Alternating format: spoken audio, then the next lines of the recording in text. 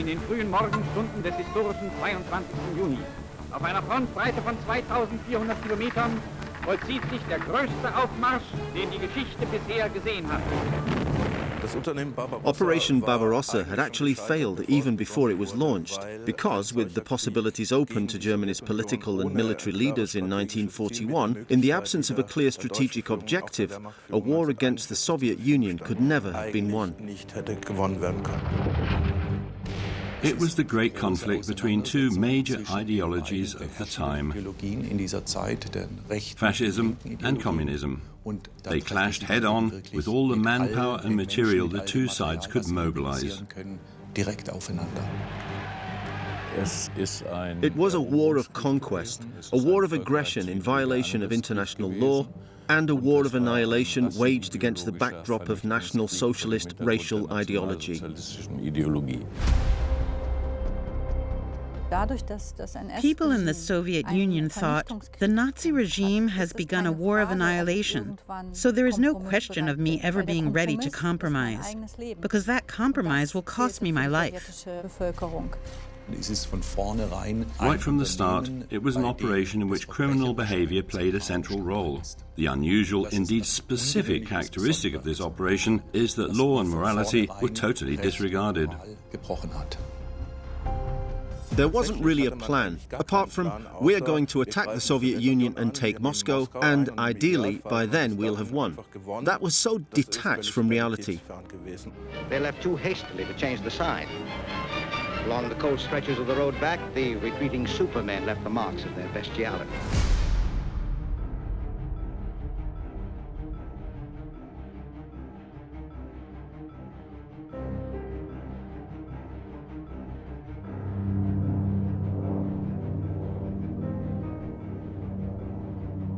At midday on August 23, 1939, a German delegation landed at Moscow airport. Soviet leader Joseph Stalin had sent his personal limousine to collect Hitler's foreign minister Joachim von Ribbentrop. The Hitler-Stalin Pact of August 1939 was, of course, a sensation. Just imagine the two biggest ideological movements of the Bolshevism and National Socialism suddenly enter into a pact after laying into each other for years in their propaganda. In fact, that propaganda really was the worst kind of agitation. Not only from the Nazis, but also from the Soviets, through the Comintern. This rabble-rousing had been spread throughout Europe. Then, suddenly, the two were standing shoulder to shoulder. The German-Soviet Non-Aggression Pact declared that neither government would ally itself to or aid an enemy of the other. In a secret protocol, it was agreed that borders in Eastern Europe would be redefined.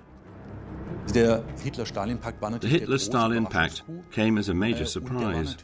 Basically, though, it was an incredibly clever tactical move by both sides, because initially each had managed to isolate itself from the other, so to speak, and each now had the backing of a treaty. The decisive factor, however, was that both parties had won time. Hitler had won time to wage his war in the West, and the Soviet Union had won time to rearm. That was actually a mutual promise. The other promise was the division of Eastern Europe. First of all, the pact smoothed the way for Hitler to invade Poland. Even before that campaign was over, Soviet troops marched into the eastern part of the country. The German Wehrmacht and the Soviet Red Army met in Brest-Litovsk. Nazi Germany could now obtain food products and all strategically important raw materials from the Soviet Union.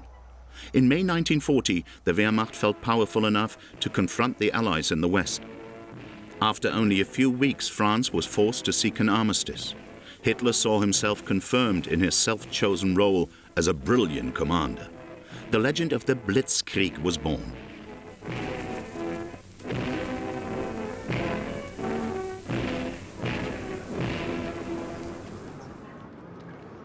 Zunächst mal, Hitler war kein Dummkopf. Hitler was certainly no idiot. He came from the very bottom, but had battled his way to the top. And of course, in doing so, he had experienced a great deal.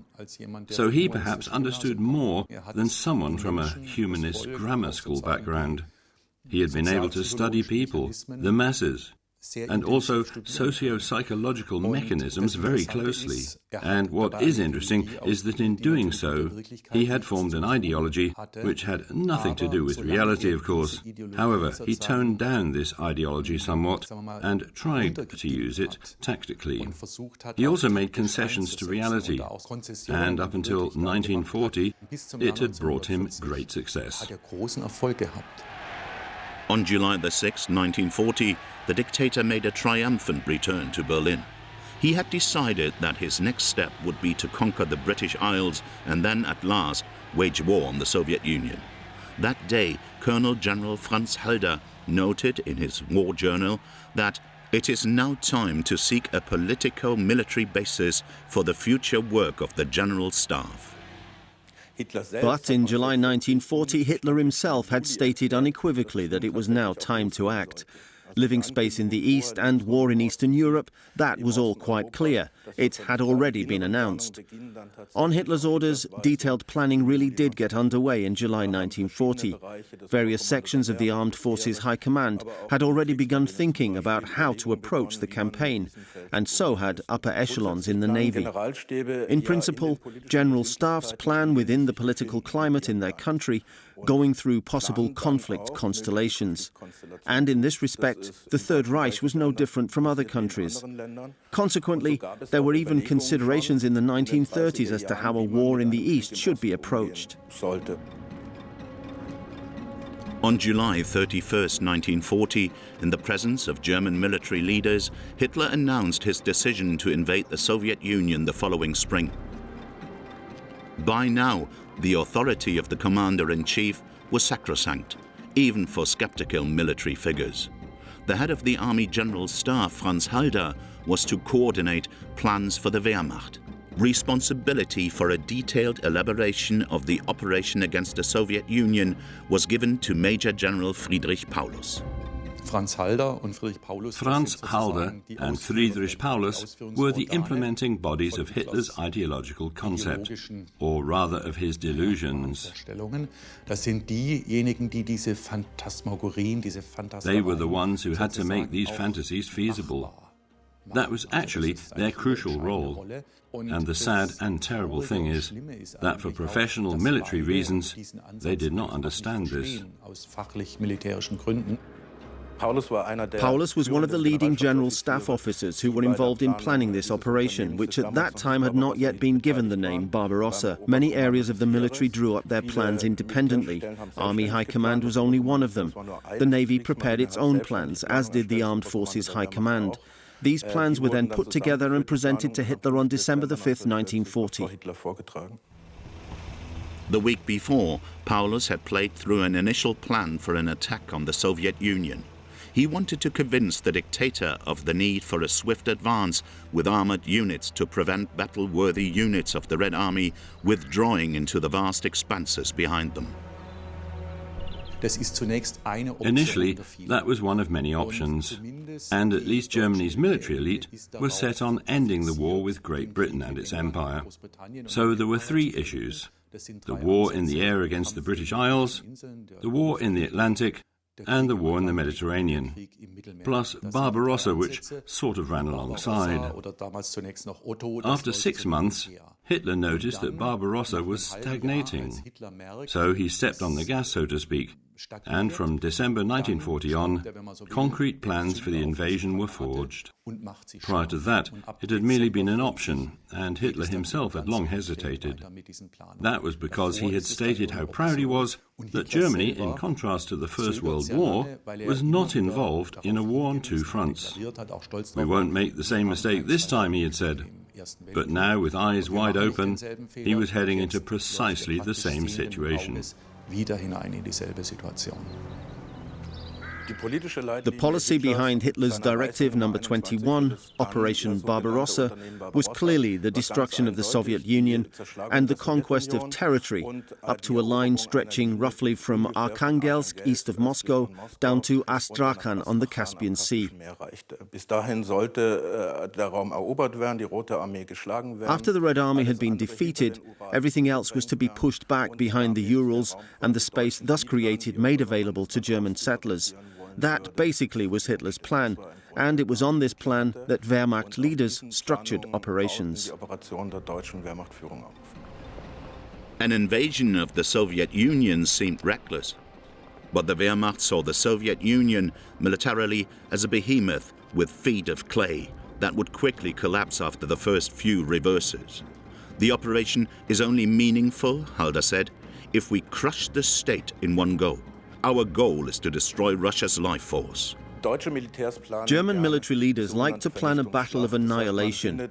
Ideally, this means engaging the enemy frontally, outflanking him on one or both sides, then encircling him and thus forcing him to surrender. With the fighting power of the enemy thus eliminated, the deployment of Red Army forces on the country's western border was evaluated on the same basis, and that assessment suited German plans perfectly. Once again, success was to be achieved with a Blitzkrieg. German strategists knew that following Germany's invasion of Poland, the Soviet armed forces had rearmed extensively. By rights, they should have known that German soldiers would be facing one of the most powerful armies in the world. But they made a serious mistake. They underestimated the Red Army. We should certainly try to imagine the situation back then. The pitiful showing by the Red Army in the Finno-Soviet Winter War played a decisive role. It led German military leaders to think that the Red Army was not an adversary to be taken seriously. In November 1939, the Soviet Union had attacked Finland without any declaration of war. The aim was to force the country into the Soviet sphere of influence. The Red Army fought valiantly, but suffered heavy losses. Its troops had too few automatic weapons and no winter clothing, and the conflict claimed 120,000 Russian lives. Wehrmacht leaders saw this as confirmation of their assessment of the Red Army.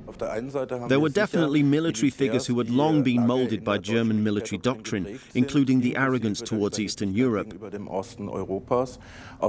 But just by looking at the map and seeing the size of the Soviet Union, they should have realized that defeating this adversary would not be easy. So basically, even in 1941, the Germans still didn't know which operational or strategic goal they had to pursue in order to win the war. When Soviet Foreign Minister Vyacheslav Molotov visited Berlin in November 1940, relations with the Kremlin seemed to have stayed the same. Stalin thought that German-Soviet friendship was sealed in blood. But Hitler had other plans, and he knew he had the Wehrmacht General Staff behind him.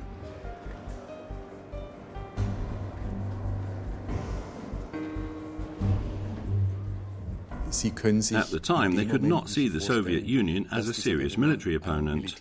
Thus, its military potential was staggeringly underestimated.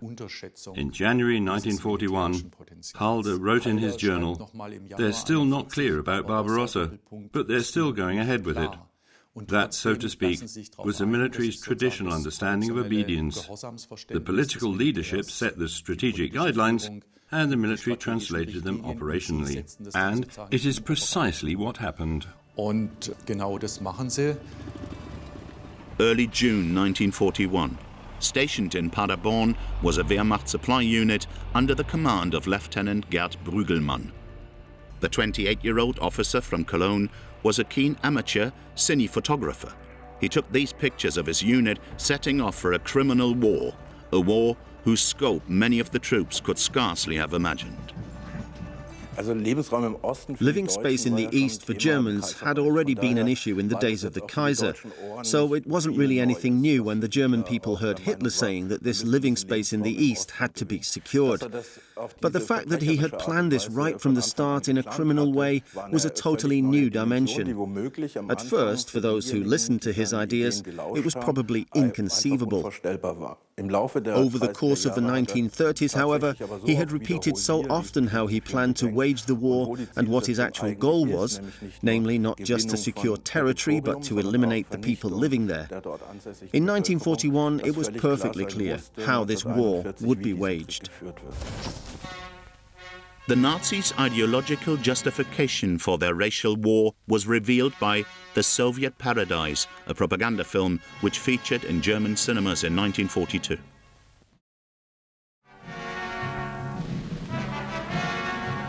Wo früher blühende Dörfer standen, herrscht heute das graue Elend der Kolchose. Hier lebt der russische Bauer als Arbeitssklave auf dem Boden, der ihm einst gehörte.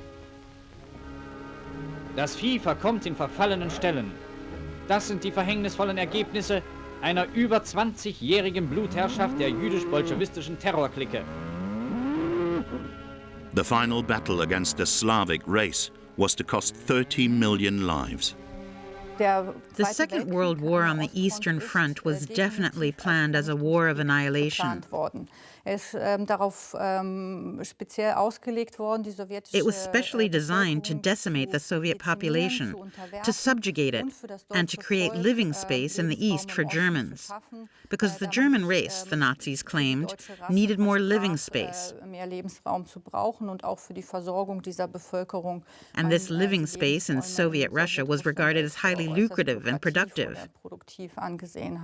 In Nazi ideology, the Soviet people were subhuman and had no right to decide on their own life or death.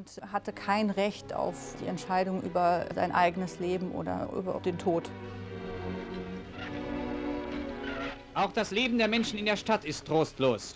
Unmittelbar neben den kalten Prachtbauten beginnen die Wohnhäuser das Stadtbild zu beherrschen.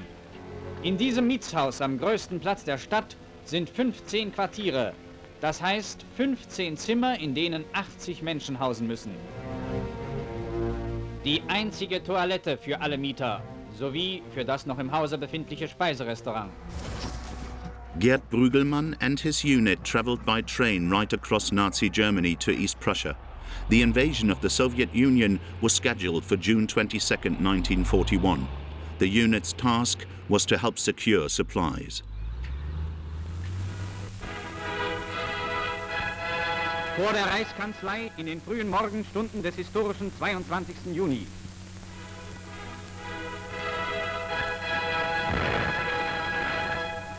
Das Haus des Rundfunks. Die Übertragung der Führerproklamation über alle deutschen Sender wird vorbereitet.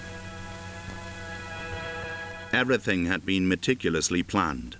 The Germans were to be prepared for a new Wehrmacht campaign with a cock and bull story. The Nazis' top propagandist insisted on announcing the conspiracy theory himself. Das Reichsministerium für Volksaufklärung und Propaganda. Reichsminister Dr. Goebbels verliest die Proklamation des Führers. Sie enthüllt zum ersten Mal vor der ganzen Welt die Verschwörung zwischen London und Moskau gegen Deutschland. Der Führer zieht nach monatelangem Schweigen nunmehr in 12. Stunde die noch einzig mögliche Konsequenz mit den Worten: Ich habe mich entschlossen, das Schicksal und die Zukunft des Deutschen Reiches wieder in die Hand unserer Soldaten zu legen. Vom Nordkap bis zum Schwarzen Meer schützt nunmehr die deutsche Wehrmacht zu Lande, zu Wasser und in der Luft, Seite an Seite mit Finnen und Rumänen Europa. Italien schließt sich spontan an, ebenso die Slowakei. Auf einer Frontbreite von 2400 Kilometern vollzieht sich der größte Aufmarsch, den die Geschichte bisher gesehen hat. The Wehrmacht consisted of 153 divisions, the Red Army of 237. Operation Barbarossa could only succeed if the enemy was encircled close to the border and could be prevented from withdrawing into the vast expanses of the Russian hinterland.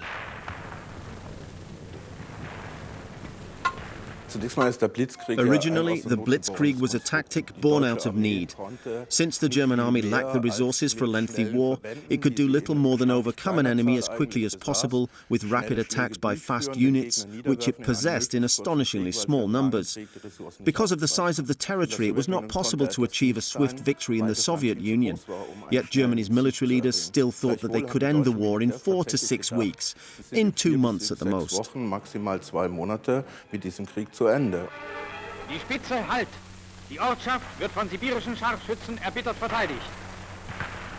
Nazi propaganda showed Wehrmacht units who had crossed the border from East Prussia into the Soviet Union and been involved in combat by the Red Army. When the blow came, it was from 5 different directions, and from the north, 1 extra, just for luck. That was the big day. As dawn broke, nearly 200 Axis divisions, more than 2 million men, plunged into a front 2,000 miles long, reaching from the White Sea to the Black. Their aim, the annihilation of the Red Army in a decisive battle on the frontier.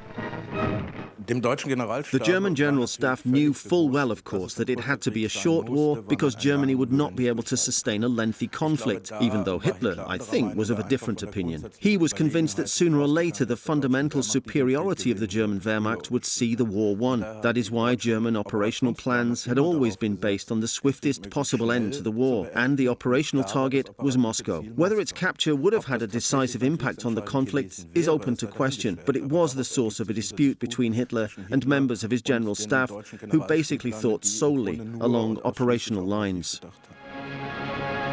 In den frühen Morgenstunden des 28. Juni brechen deutsche und verbündete Truppen in einer Breite von fast 300 Kilometern durch die sowjetischen Linien. In zähen Angriff wurden die feindlichen Stellungen, zu deren Ausbau die Bolschewisten den ganzen Winter über Zeit gehabt hatten, aufgerissen und aufgerollt. In his war journal, the head of the General Staff, Franz Halder, wrote, "It seems like the enemy has been tactically surprised all round." Die Angriffsoperationen finden in einem weiträumigen, welligen Kampfgelände statt, das oft von schwer zugänglichen Wäldern durchsetzt ist. Die erbitterten Gegenangriffe werden mit schweren Verlusten für den Feind abgeschlagen. The invasion of the Soviet Union in the summer of 1941 was a clash between 2 great armies who had been trained quite differently and, above all, whose level of field experience was also quite different. Over almost 2 years, and this, I believe, is the decisive point, the Wehrmacht had fought one campaign after another in the shortest possible time, and it had also gone through a rearmament phase, in which it had been systematically modernized. Artillerie nimmt die ersten Bunker der Stalin-Linie, die als Bauernhöfe getarnt sind, unter Feuer. The old Soviet border had been fortified with bunker installations. For days, the Red Army had prevented the Wehrmacht from breaking through, so German losses were high. But Nazi propaganda never mentioned this. Mit der Infanterie und den Pionieren gehen Panzer vor.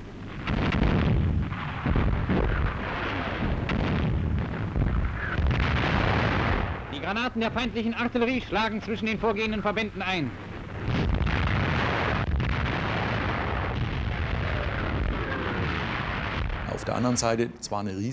On the one hand, it was a huge army, but on the other, it lacked qualified leaders. In the Red Army, the Wehrmacht experience of modern warfare was largely non-existent. That's the one factor. The other is that the Red Army had stationed all its troops along the western border. Soviet military doctrine stated that in the event of war, actual hostilities should take place on neighboring terrain, so that basically Soviet territory would not suffer from the fighting. But this, of course, presented the Wehrmacht with ideal conditions, which, with its armoured wedges, supported by Stukas, was able to penetrate. Das sind natürlich ideale Voraussetzungen.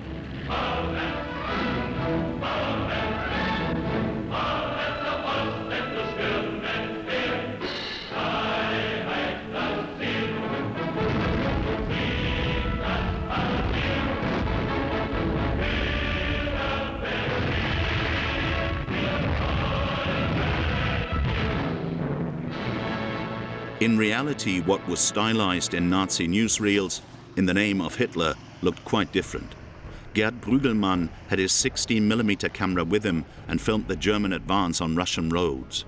As his family's sole surviving son, he was allowed to remain at a safe distance from the front. His supply unit had trouble keeping pace with the rapid advance of Army Group Center.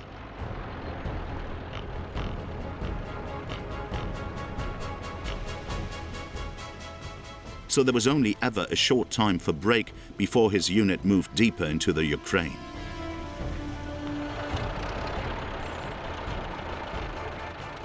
There was no way of preparing everything that occurred inside the Russian border. If you like, and if you want to express it cynically, the annihilation concept, which Hitler had propagated right from the start, suited Germany's military leaders perfectly. It meant the Wehrmacht could feed off the land. It did not have to concern itself with the civilian population. The troops could take whatever they needed. Quite a few inhabitants of the Ukraine were far from unhappy about the defeat of communism, which, in the years after the October Revolution, had seen millions die of hunger or murdered in cold blood. But the Germans didn't behave as liberators. Instead, they robbed the inhabitants of the towns and villages of the basis of their existence. Gerd Brügelmann's unit was no exception. Its task was to supply the 9th Armored Division with spare parts and food.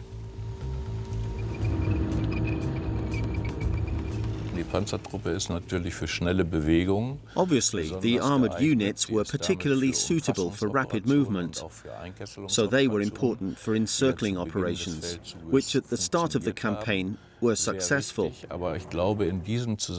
However, I feel that the image created by the armored units paints a totally inaccurate picture of the Wehrmacht. Because if we look at the Wehrmacht in 1941, it was largely a mounted army. It had around 600,000 vehicles of all kinds, but it also had exactly the same number of horses, which were used especially in combat territory. The artillery needed them to pull its guns.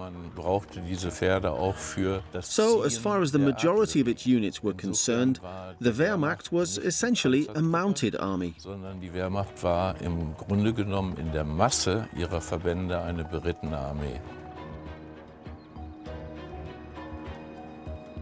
Gerd Brügelmann's unit is seen taking a rest near Nevel, a town in Oblast Pskov with a long tradition. On July 15, 1941, only 3 weeks after the start of the campaign, it was occupied by the troops of Army Group Center.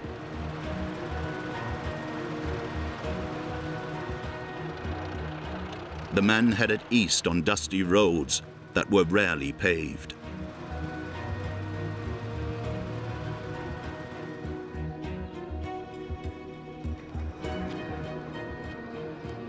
When the conditions proved too much for a Wehrmacht truck, the villagers had to help get it back on the road. Such scenes were a portent of what lay only a few months ahead for the Germans. As yet, though, Hitler's military machine was still rolling forwards. The Barbarossa plan foresaw an armored thrust towards Leningrad, Smolensk, and Kiev.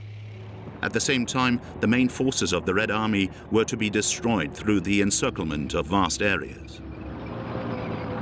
The reason why at the beginning of the war the Wehrmacht had so much success with major encirclement battles was because its troops knew exactly what they had to do. That's because fighting a battle of annihilation corresponded to the old German military doctrine of first engaging the enemy frontally, then outflanking and encircling him. And the Wehrmacht was well equipped for this. It had fast units headed by tanks, which performed these flanking and encircling movements. The mass body of troops who were either on foot or mounted then moved up to complete the ring.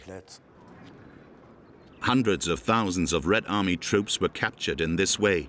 These pictures were taken after the fall of Kiev by an unknown amateur cine film enthusiast advancing with the 6th Armored Regiment. In my opinion, there are basically 3 reasons why the Germans took so many prisoners in the first months of the war.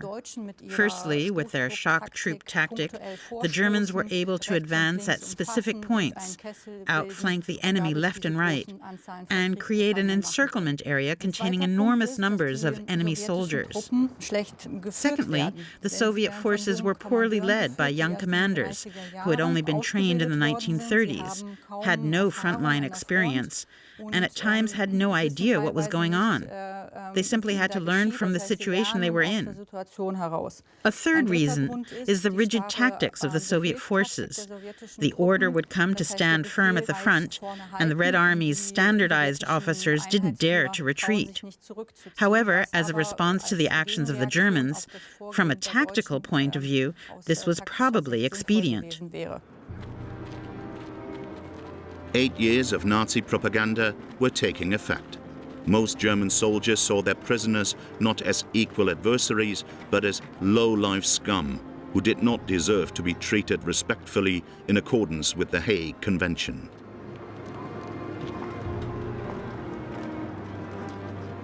Any German soldier who showed sympathy was ridiculed by his colleagues. Soviet soldiers were captured through encirclement operations or directly at the front. As soon as a German unit had taken enough prisoners, they were moved back into the hinterland under guard. Sometimes this involved forced marches of several hundred kilometers, and a large number of Soviet prisoners of war died along the way. Soviet citizens who talk about these POW marches often say that when the Germans and their captives had passed by, hundreds of prisoners would be left lying by the roadside. That is a striking image. And those prisoners who arrived on some plane or other were not even being fenced in because they had no strength left to flee. They also were left to the caprices of the weather because the real aim was for them to die.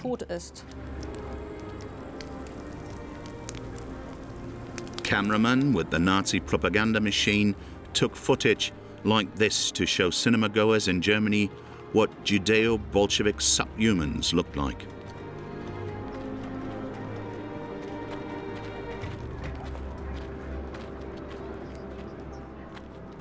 The way Soviet prisoners of war were dealt with was a crime right from the start, not only because the orders to the troops had made it clear that the Soviet POW was to be treated not as a soldier but as a subhuman. The entire litany of National Socialist racial ideology came into effect, passed on to the troops not from some Nazi party office, but from the Wehrmacht leadership, from the head of the Armed Forces High Command, Field Marshal Keitel himself. And High Command had not made any provisions for feeding Soviet prisoners of war. It was simply assumed that they would die. The plan really was to decimate the Soviet forces and take as few prisoners of war as possible, because they would also have to be fed and looked after. That was never even a consideration where Soviet POWs were concerned. The picture we often see of a huge mass of desolate Soviet prisoners on an open field, grabbing at the bits of bread that were being thrown to them, really was something that frequently took place in the first months of the war, because that's precisely what had been planned beforehand. But the reality, of course, was never shown. What was so perfidious, however, was that Soviet prisoners had to dig a hollow in the earth with their bare hands to try and get a bit of protection from the weather. German soldiers just stood there seeing confirmation of the image they had of a subhuman, someone who digs a hole for himself in the ground. It was disgraceful not only that they reduced prisoners to such a state in the first place, but also that they then saw their image of the Soviet soldier confirmed. Those who survived the horror of the death marches were sent to Germany and interned. In August 1941, Propaganda Minister Goebbels visited a prisoner of war camp near Riesa to take a personal look at the subhumans.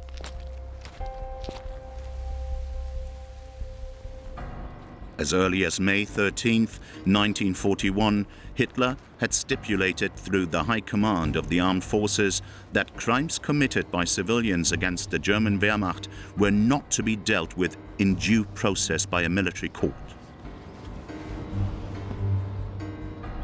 Right from the start, the martial law decree, like the commissar order, was not only something criminal, it was also the deliberate rejection of all the conventions which up to then had been observed in all wars in Europe and elsewhere in the world. And the fact that the Wehrmacht not only allowed itself to be used as a tool, but to a certain extent was also the initiator of these decrees, shows how it thought. It was all about the army having a free hand in the East and not being bound by any conventions that would have to be respected anywhere else in the world.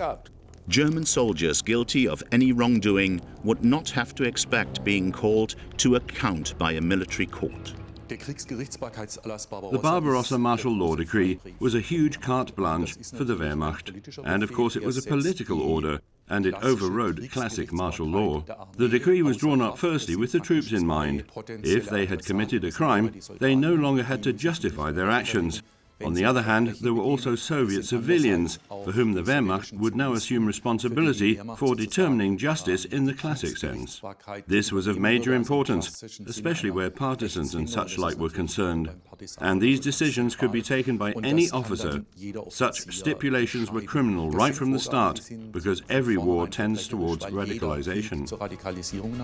In particular, partisans in civilian clothing who were fighting the Germans from the forests were thus fair game. On July 27, 1941, a German soldier wrote, "The Russians are tough adversaries. Now we take hardly any of them prisoner. Instead, we shoot them all." This brutality also had an effect on the civilian population of the Ukraine, which at first had been glad to see the Wehrmacht so victorious. Some of the Soviet population, at least in the western parts of the country, had even welcomed German troops as liberators from Stalinist terror. Most, however, had adopted a neutral stance and tried simply to survive the war. They were neither particularly friendly nor particularly hostile. However, the behavior of the German troops generated growing resistance. This was relatively understandable.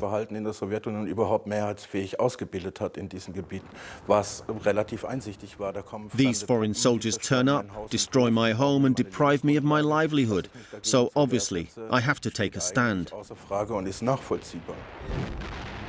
As the Wehrmacht advanced, it left behind a trail of destruction, with scant regard for the losses suffered by the civilian population.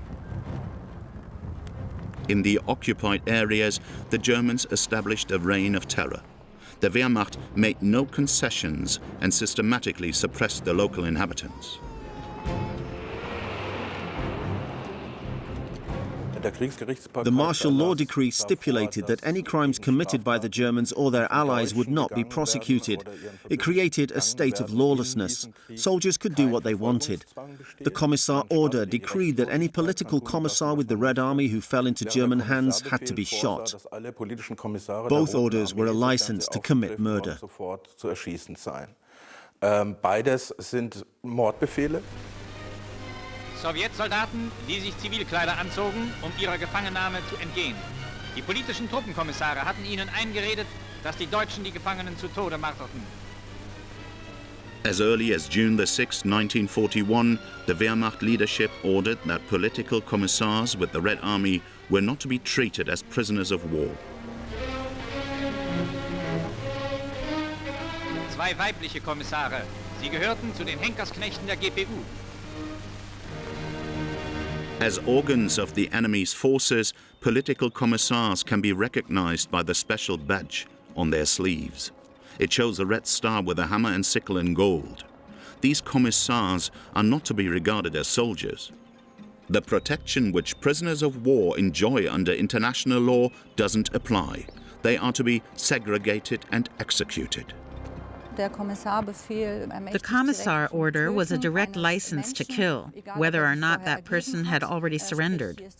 In other words, martial law was suspended. Since no one had the chance to defend themselves, it was a concrete inducement to commit murder. In all the confusion of war, it is sometimes difficult to make a distinction.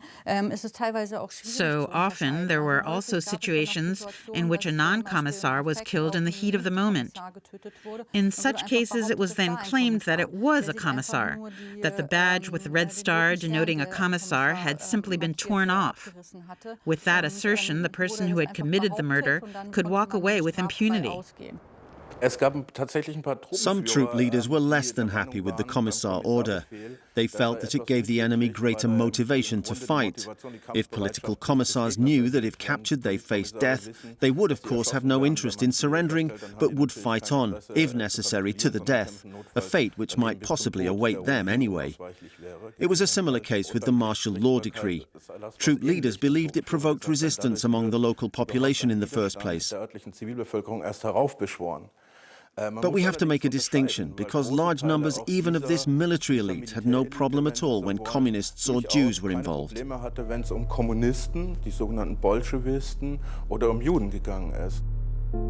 After the Wehrmacht had taken Liepāja in Latvia, Red Army soldiers and communists were shot along with the town's 7,000 or so Jewish inhabitants.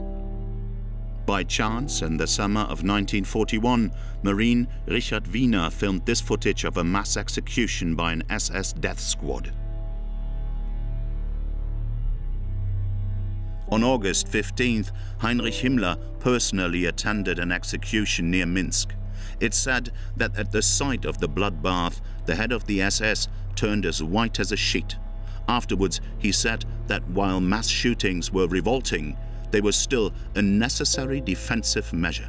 The advancing Wehrmacht units created the space for crimes behind the front. In general, cooperation between the leadership of the Wehrmacht, the various operational headquarters, and the death squads went smoothly. To a certain extent, the death squads were accepted in order to avoid security units needing to be stationed behind the front. That job, pacifying these areas, as it was called, could be left to the death squads. In other words, they could butcher and destroy and leave other German units free for battle. On the other hand, sometimes, of course, ordinary soldiers were involved in these crimes and also committed crimes of their own. So the idea of an unsullied Wehrmacht is a post-war myth that has been propagated in Germany for decades. At no time was the Wehrmacht ever unsullied. Many German soldiers were beginning to feel oppressed by the vast size of the Soviet Union and its seemingly endless expanses. The Red Army was fighting the German military machine with a courage born of desperation, and the Wehrmacht was suffering severe losses.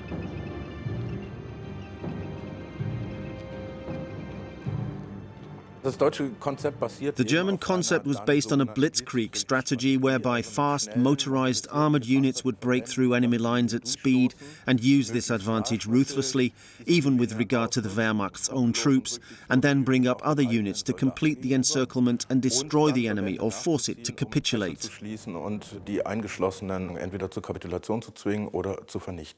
This was not only a tour de force, it was, of course, also an approach that was particularly aggressive and perhaps especially masculine, but it did not spare human life, not even the lives of the Wehrmacht's own troops. This explains why German losses in men and material were so high. By mid-August, the three army groups had lost more than 200,000 men. The 6th Armored Regiment also suffered huge losses. The Nazi leadership saw this as no reason to tone down the euphoria of victory. Germany's military leaders were so impressed by these initial successes that, after 2 weeks, Halder noted in his war journal that no war has ever been won as quickly as this one. This, I think, shows that the highest German command structures had totally underestimated the situation. No matter how many prisoners were taken, how many tanks and guns were destroyed, they simply did not expect the Red Army to reorganize time and time again. The fact that Hitler repeatedly intervened in these scenarios and that to a certain extent, at least where operations were concerned, Wehrmacht leaders were of a totally different opinion, shows quite clearly that the German leadership had absolutely no idea what the strategic goal of the war was supposed to be. When Hitler paid a visit to his troops in the Ukraine in late August 1941, it was already dawning on Chief of General Staff Franz Halder that taking Moscow would be no easy task. Feeling slightly resigned to the situation, he noted, "If we destroy a dozen divisions, the Russians will simply assemble a dozen more." The story of the Second World War is, of course, also the story of Hitler's emancipation process as a quote-unquote great commander, a role he assumed for himself. Naturally, he did have a certain amount of military experience, but on the other hand, unlike all the officers on his general staff, he had never had any systematic training, and, not to be too blunt about it, he was not prepared to think logically, but only within his ideological ideological framework.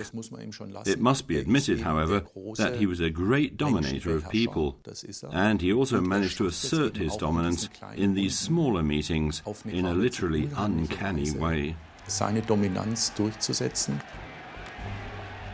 The German troops still cheered their commander-in-chief, and in private the dictator still boasted that, by and large, the war in the East has already been won. Moscow will be razed to the ground. But appearances were deceptive.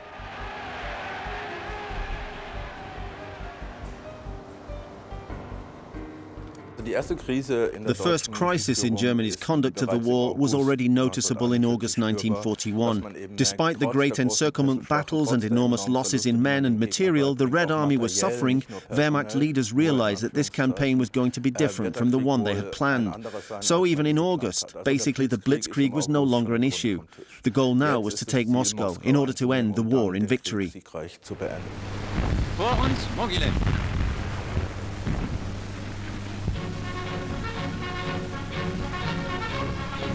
Von einem Kornfeld gedeckt geht es vorwärts.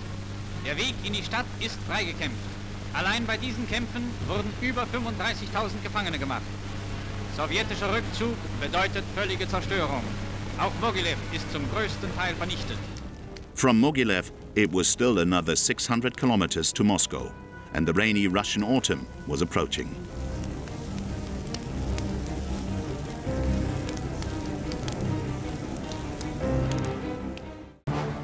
In den frühen Morgenstunden des historischen 22.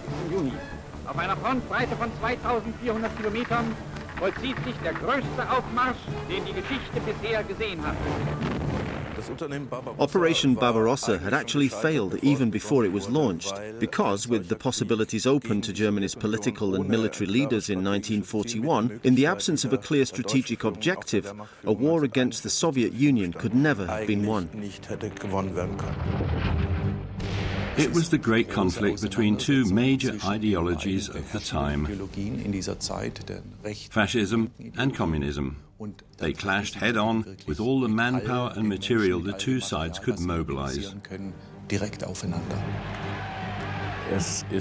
It was a war of conquest, a war of aggression in violation of international law, and a war of annihilation waged against the backdrop of National Socialist racial ideology. People in the Soviet Union thought, the Nazi regime has begun a war of annihilation, so there is no question of me ever being ready to compromise, because that compromise will cost me my life. Right from the start, it was an operation in which criminal behavior played a central role. The unusual, indeed specific characteristic of this operation is that law and morality were totally disregarded. There wasn't really a plan, apart from, we are going to attack the Soviet Union and take Moscow, and ideally, by then we'll have won. That was so detached from reality. They left too hastily to change the sign. Along the cold stretches of the road back, the retreating supermen left the marks of their bestiality.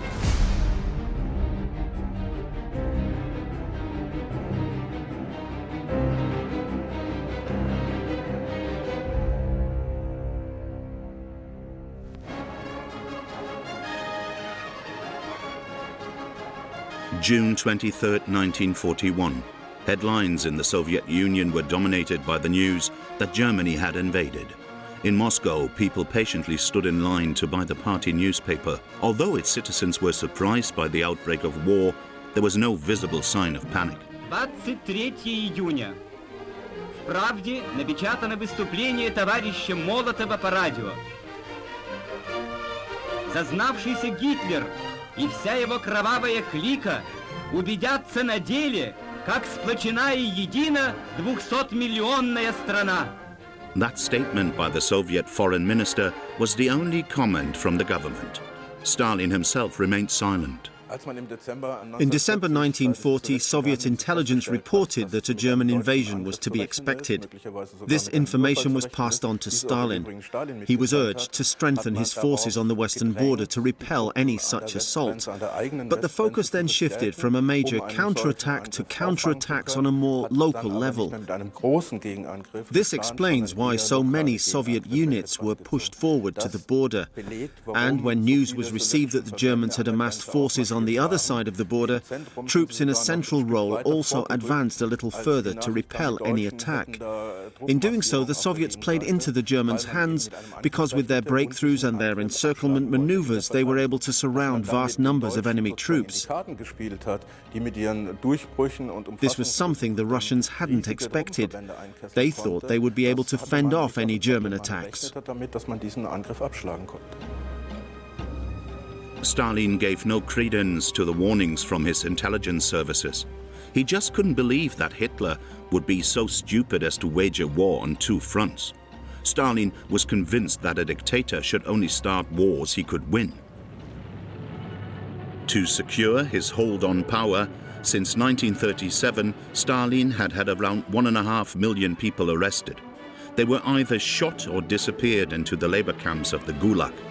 Virtually the entire leadership of the Red Army had also fallen victim to the Great Terror. Now, around 3 million soldiers only listened to orders from their Vozhd, their Führer, Joseph Stalin. Basically, when you compare these two adversaries, a few statistics suffice to show what the Germans took on in the summer of 1941. Germany had a population of 90 million, while the Soviet Union had 190 million inhabitants. The Soviets were proud of the fact that their country covered around 1/7 of the Earth's surface. Germany had an area of 500,000 square kilometers. Those are quite some dimensions. The Russians weren't quite so professional when operating outside their borders, but when it was a case of defending the motherland, we can assume that they mobilized all existing resources. In and after 1941, that was also the case. The problem was, all that counted in the Red Army was loyalty to the party line and unconditional obedience. On the one hand, the Red Army had a relatively rigid command schema. You had your orders where you stood, and that's where you fought. What is more, many commanders had fallen victim to the Great Terror of the late 30s, and the next generation had little or no experience. When the Germans made their breaches, Soviet troops did not retreat, which would have been the logical response, because the command structure prevented Soviet officers from thinking independently. Naturally, they were also intimidated. So, without orders from the rear, they failed to retreat. This enabled the Germans to mount and close pincer movements, trapping vast numbers of Soviet troops. In the months prior to the German invasion, Stalin had insisted on his troops advancing beyond the heavily defended Stalin Line to establish positions on Russia's new western border. But by June 21st, these positions were only half finished. The German leadership had a low opinion of the Soviet military. Its officers were thought incapable of stopping the Wehrmacht. And in the first few months of the war, that really was the case.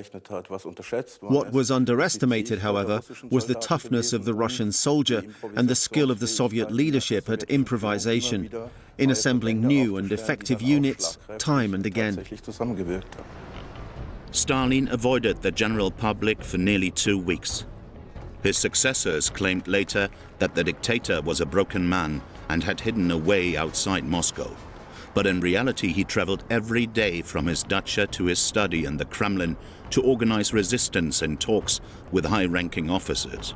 Finally, on July the 3rd, Stalin turned to his people.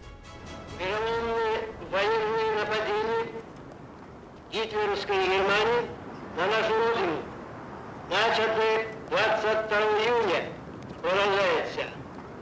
И обеспечить нашей стране мир в течение 1,5 года и возможность подготовки своих сил для отпора, если фашистская Германия рискнула бы напасть на нашу страну вопреки пакту.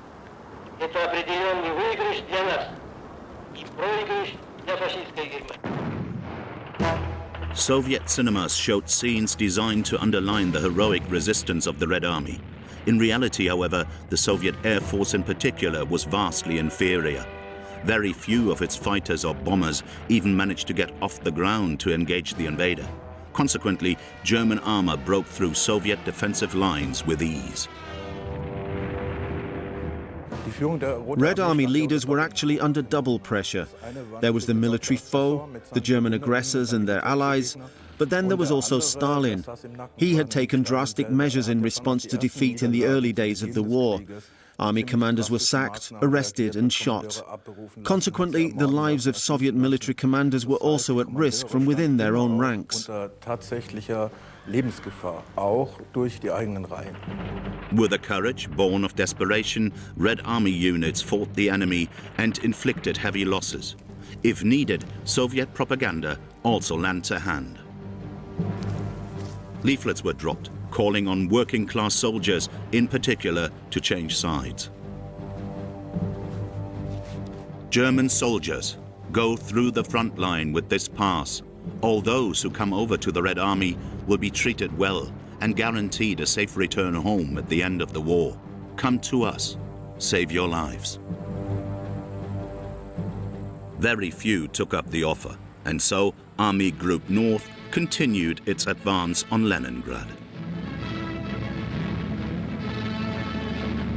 Auf der Straße nach Leningrad. Schloss Krasnogvardaisk, die frühere Sommerresidenz der Zaren.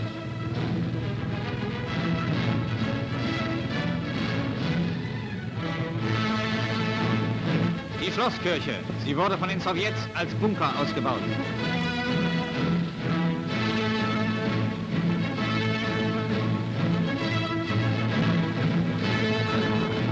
Von allen Seiten rücken die deutschen Kolonnen gegen Leningrad vor. Der stählerne Ring um die Stadt wird immer enger gezogen. Certain cities were also of symbolic importance to the Nazi regime.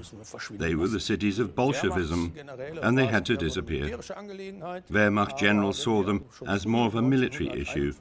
But when we look at memoranda from Heydrich and others from early 1941 and statements by Hitler himself, it is clear what was intended: the complete elimination of Bolshevism. Time and again the attempt was made to achieve this with Leningrad. That proved unsuccessful. But in the final analysis, the total number of deaths can be attributed to this rigor and the resolute intention to capture the city and totally destroy it. In mid-August, the Red Army succeeded in repelling the assault on Leningrad. On September the 8th, 1941, a second Wehrmacht attack was launched with massive air support. Leningrad, with its 3 million inhabitants, was almost completely cut off from the outside world. First of all, there was this ring of steel, which, apart from a small gap, virtually encircled the city. That was the classic military situation. But there was also another strategy designed to destroy the civilian population. The Germans shelled grain and flour warehouses. They bombarded anything that could in any way be used to feed the city. They attacked anything that might support life, and they spurred one another on by referring time and again to the city's Bolshevist past and using this as an excuse for its total destruction. For weeks, Hitler and his military leaders assumed that the fall of Leningrad would be merely a matter of time. But in the beleaguered city, all possible forces were mobilized to defend it. What Soviet propaganda didn't show were the queues outside banks and stores. People wanted to secure their savings and a food supply in case the German invaders were not repulsed. With the approval of his generals, in early October, Hitler changed his plans and ordered Army Group North to head straight for Moscow. Not having to take Leningrad saved troops, of course. Capturing any town involves casualties, and Leningrad was prepared for defense. Its population knew that they would have to fight. Then came the advance on Moscow. Not having to take Leningrad released troops for that operation. And besides, since there had never been any intention to keep large sections of the Soviet population alive, the military probably thought that by leaving the surrounded city to its own devices, people would simply starve to death anyway. Hatte man sich wohl gedacht, die Stadt sich selbst zu überlassen und die Menschen verhungern zu lassen. Hitler thought economically and ideologically. So, after Leningrad, he wanted to head for the south of Russia, with its industrial regions. But his military leaders thought along classic military political lines. They wanted to make a beeline for Moscow, and Smolensk would be a great victory along the way, so to speak. After the capture of Smolensk, everything was concentrated in the center, which resulted in a major dispute amongst Germany's military leaders. Do we push on centrally to Moscow, in the middle of the country, a city which plays a totally predominant role, or do we focus on the flanks? Oder gehen wir auf die Flügel? In erbitterten Straßenkämpfen dringen unsere Truppen am 16. Juli in die Stadt ein.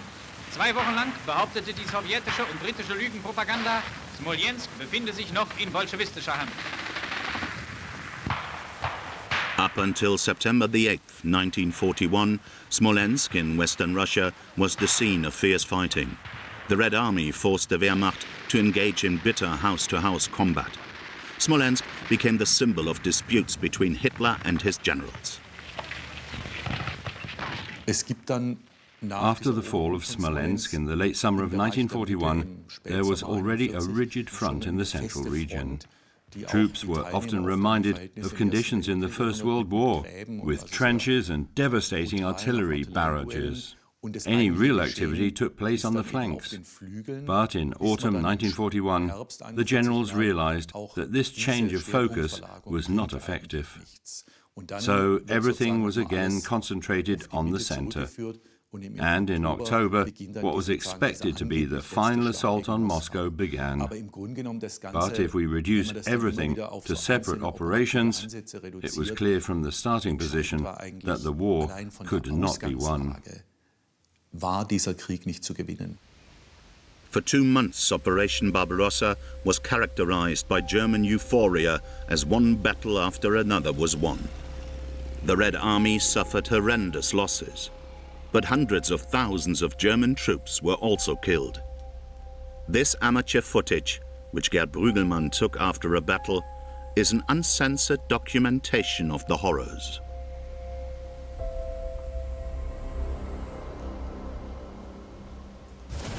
Nach der Einnahme von Kiew.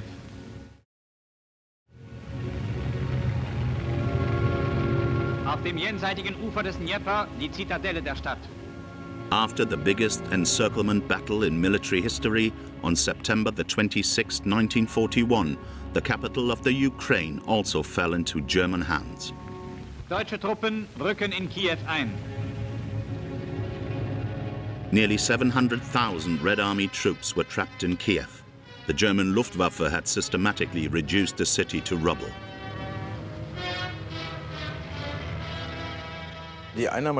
Kiev had been fiercely defended and the Germans had suffered heavy losses in capturing it. This showed how costly fighting for towns was, especially big cities.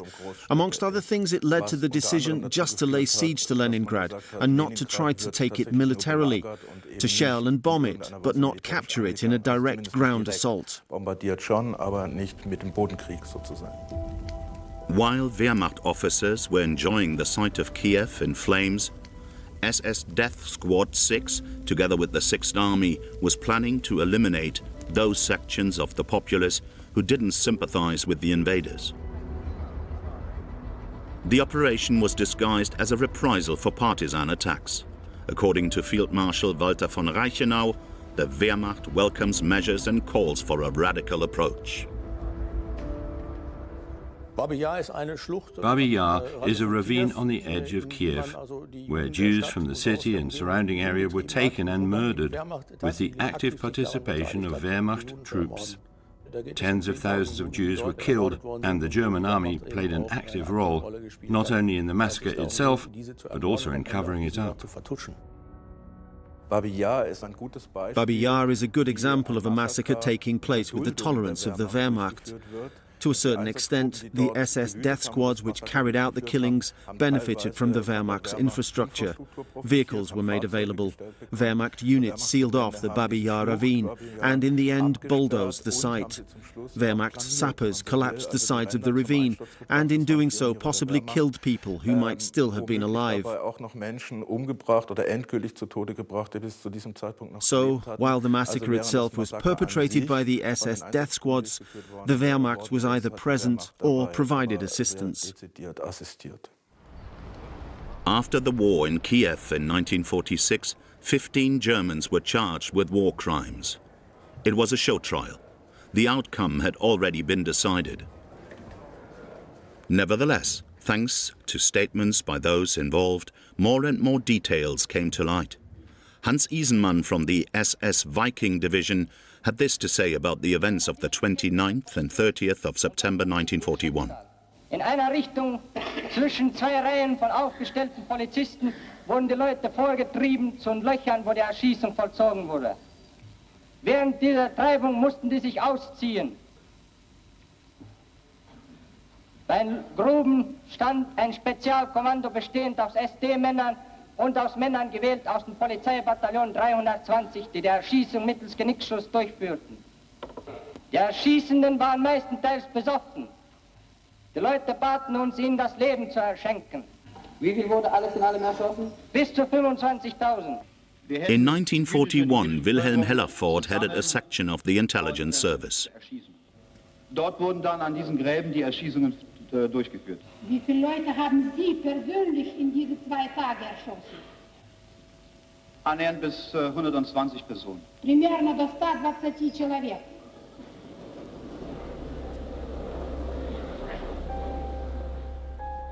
Together with 10 other accused, including 2 generals, Isenmann and Hellerford were sentenced to death and hanged in Kiev at the end of January 1946.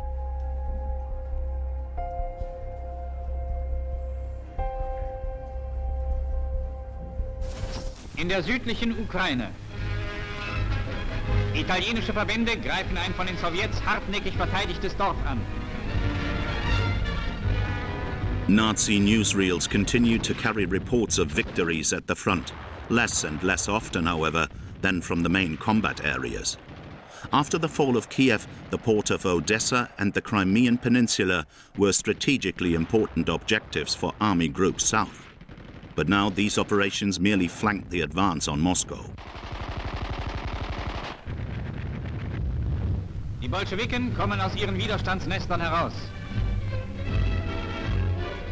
Gefangene werden verhört. In early October 1941, Gerd Brügelmann's supply unit also reached Smolensk.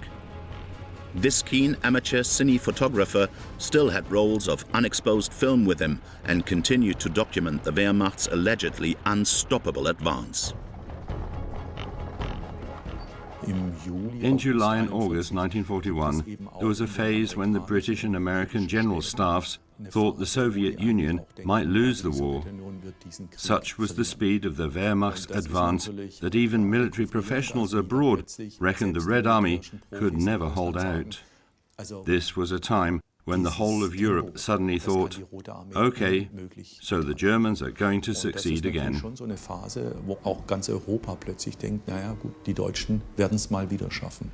Thanks to the Lease Land Act, as it was known, the neutral United States made economic and military aid available to those countries fighting against the Axis powers, Germany, Italy, and Japan.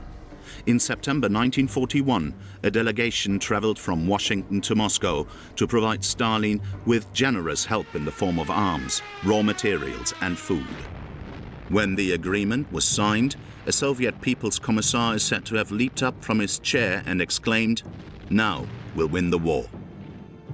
The supplies were urgently needed because on October 20th, 1941, the 6th Army reached Kharkov in the eastern Ukraine and captured the city within 5 days. The path to the Donbas coal mining region lay open, but victory over the Red Army was still a long way off. The brutality shown by the Germans on their push for Moscow, but also in other regions in both the north and south of the country, was in every respect the basis for the resistance shown by the Soviet people. Despite all their reservations about the Bolshevist system, or indeed their opposition to it, they moved closer together. This was the old reflex which was already manifest in the war against Napoleon. Whenever an invader had to be driven out of Russia, people stood shoulder to shoulder.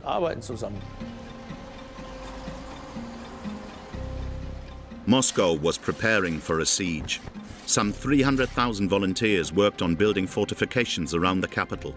Tank traps and barricades were also put in place in the city center. The Kremlin made provisions for the government to be taken to safety. The mummified body of Lenin, the country's gold reserves, and the Tsarist treasure had already been taken to Siberia in strict secrecy. The rainy season had come early, and Gerd Brügelmann's unit often had great difficulty organizing supplies. An insurmountable problem in every section of the front. The need for logistical support had been fully underestimated. When the campaign began, it was thought, and here the word hubris comes to mind, that resistance would collapse in the first week and the Urals could be reached within 25 days. In my opinion, no one ever considered what logical dimensions this would involve. There was no plan B. What steps would be taken if the original plan didn't work? Within a few days, the unpaved roads and the vast expanses of Russia were just mud tracks.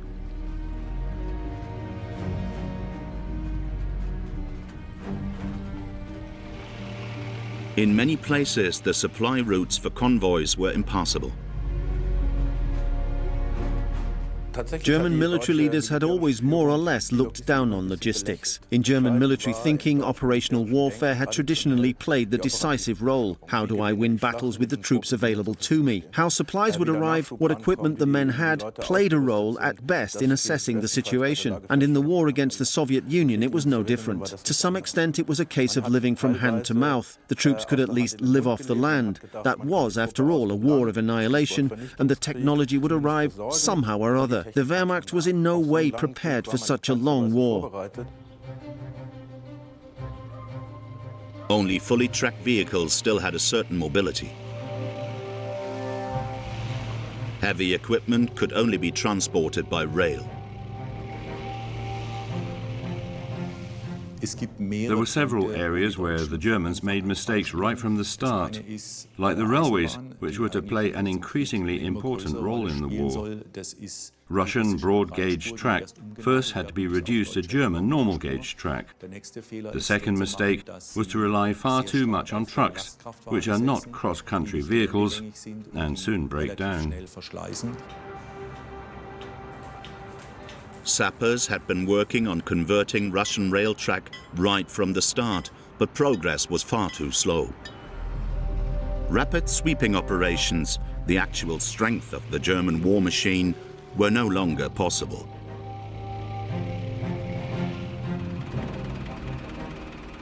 During the war, the Wehrmacht's spearheads became blunt very quickly.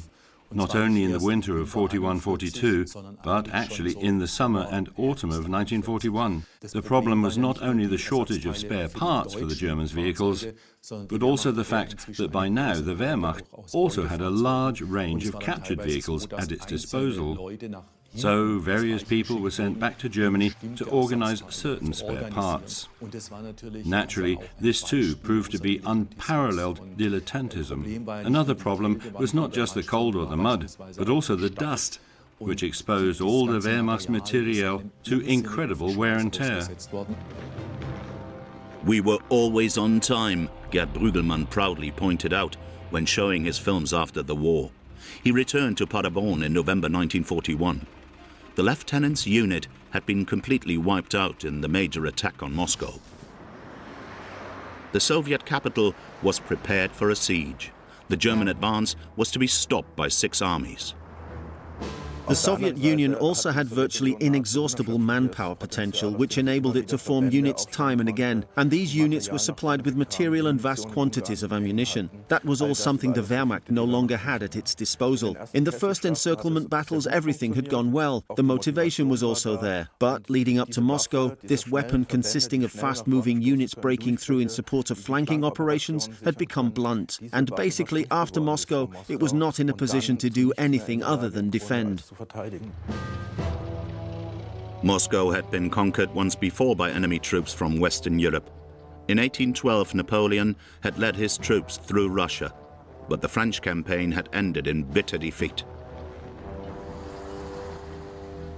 Anyone studying Russian history and going back as far as 1812 will notice that, including the war from 1914 to 1917, the Russians were never willing to give up. There was this inbred feeling that the motherland had to be defended at all costs. Patriotism has a long tradition that is part of their lives, and in 1941 the situation was no different. Declaring a state of siege was intended to make it easier for our troops at the front to defend Moscow. Citizens, stay calm and show the soldiers and defenders of the capital that you are worthy. Such exhortations were designed to stop citizens panicking in fear of a hunger blockade.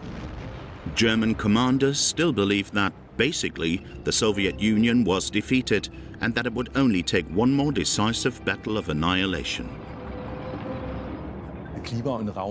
Its expanses and climate have always been Russia's traditional allies. It was the sheer size of the country that was Napoleon's downfall. At first, the Wehrmacht quite naturally thought, we've got motorized vehicles, we've got aircraft, we've got all we need for modern warfare. But if we take a very close look at the Wehrmacht, we see that it advanced in exactly the same way as Napoleon's army, on foot or with draft horses. And accordingly, the same thing happened. The army, which was always the front line, was like a big funnel. This funnel got wider and wider, and basically the army was gradually swallowed up by this vast country. By the time the Wehrmacht reached Moscow, its victories had taken a heavy toll. Its units were not equipped, nor were its plans designed for more than 6 months of war, and especially against a Red Army which, despite its losses, offered stubborn defense. The losses the Wehrmacht had suffered in men and material were so high that by December nothing more was possible. The penetrating power was lacking. Not that most of the tanks had been destroyed by the Red Army. Armour was available, but because of wear and tear and a shortage of spare parts, it couldn't be serviced or repaired. So it was no longer operational. The armaments industry in Nazi Germany couldn't meet the output required by the Wehrmacht. Propaganda footage like this from the Krupp works in Essen was designed to suggest that the country's manufacturing processes made mass production possible, but that stage was still a long way off.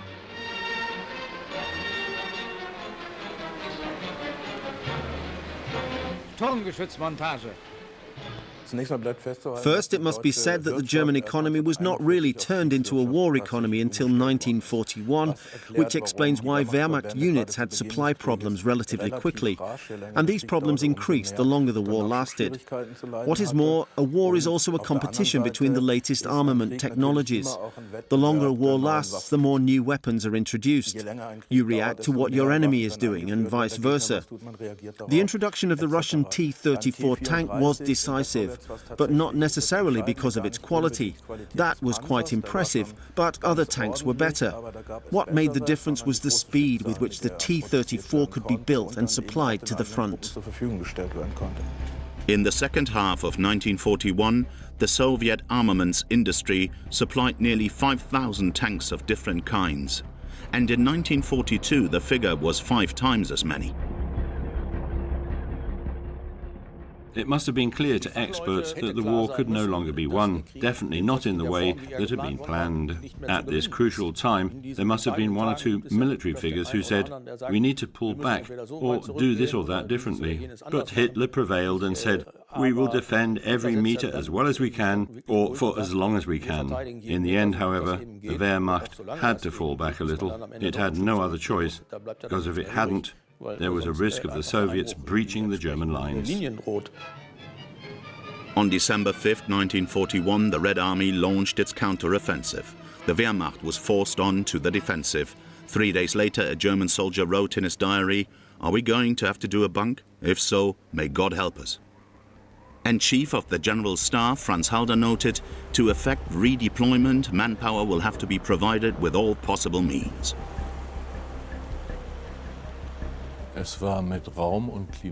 On the one hand, the vast expanses and the weather made that impossible. And on the other, the enemy had of course learnt at this point in time, with Moscow almost within reach, the Wehrmacht was totally exhausted. Some of its units had been totally depleted. The Wehrmacht had suffered around 800,000 casualties, dead, missing and wounded.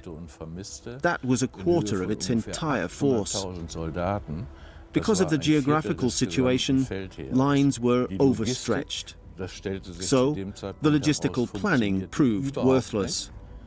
And there was no winter clothing available as protection from the bitter cold. Und es war keine Winterbekleidung für die erheblichen klimatischen Bedingungen vorhanden. Looking back at 1941, it must be said that winter came exceptionally early, with temperatures as much as 40 below. Früh einsetzte und wir Temperaturen hatten von unter 40 Grad unter Null. In Berlin, the bad news from Russia came at an inauspicious time. After the attack on Pearl Harbor, Japan was now at war with the United States. Only a few days later, Hitler positioned himself alongside his Japanese ally. As for the situation on the Eastern Front, the Führer was certain that ultimately an unbending will would prevail. When things started to go wrong, the generals spoke up more. Perhaps we need to change this or that after all, or pull back a little, they said. Hitler's response was, there will be no retreat. During the further course of the war, this resistance intensified. But there was also what I would call a kind of subconscious agreement with regard to action. So, in the final analysis, it is hard to say who had the upper hand, in what way and when. In case of doubt, however, it was always down to what Hitler had said.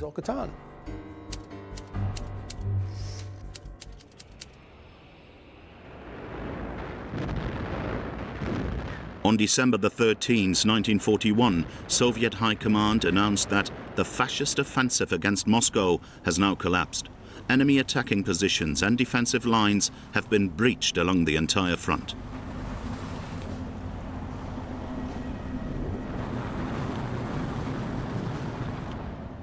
I'm convinced that even if Moscow had fallen, the Soviets would have fought on. They would still have had sufficient resources, material resources through the industrial capacity, which had in many cases been re-established behind the Urals, but also resources in terms of manpower. In 1941, 97 new divisions were formed in the Far East alone. In other words, east of the Urals. So, Soviet fighting spirit and also the capacity to suffer would have remained unbroken. Soviet propaganda showed pictures of towns and villages that had been liberated by the Red Army. The Wehrmacht had taken Kalinin, north of Moscow, on October 14, 1941. On December 16th, it was finally retaken by Soviet troops.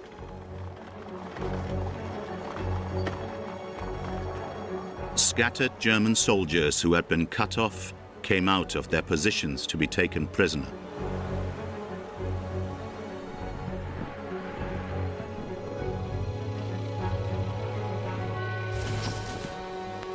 The offensive gains momentum all along the line.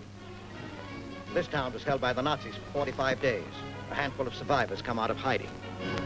This is the meaning of the word deliverance. And this. I hid a bite of food from the Nazis. Take it, please. And this. Let me press your hand. And yours, and yours.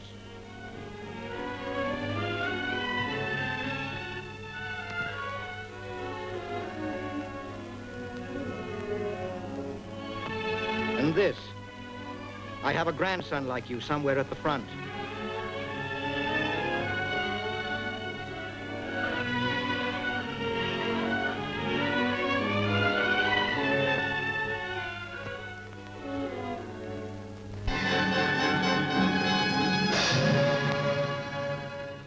are not dolls, but children.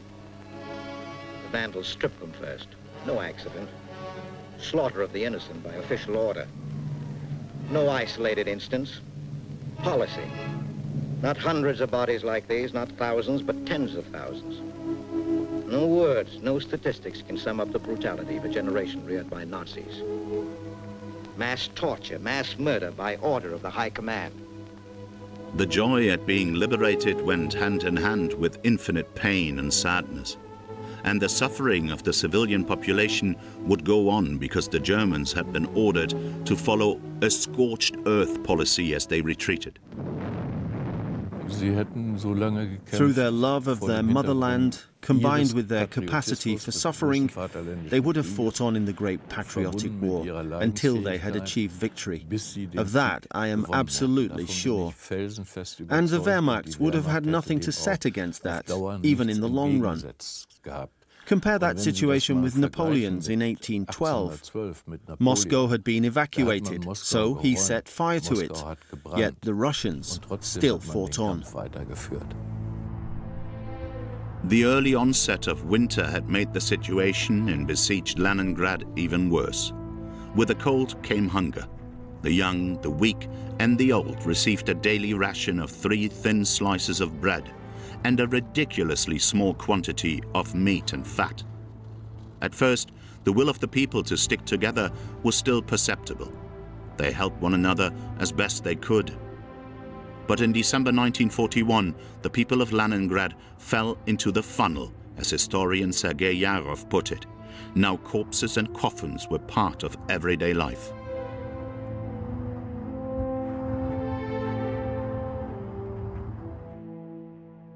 The siege of Leningrad was an appalling course of action taken by the Wehrmacht. The city was certainly of military value, but laying siege to it was a crime, a horrific crime. When we consider that the Wehrmacht was not facing armed men, but as a rule the old, the young, women, the sick and the disabled, who were left to their own devices and forced to do terrible things, like resort to cannibalism. We are talking about a terrible crime.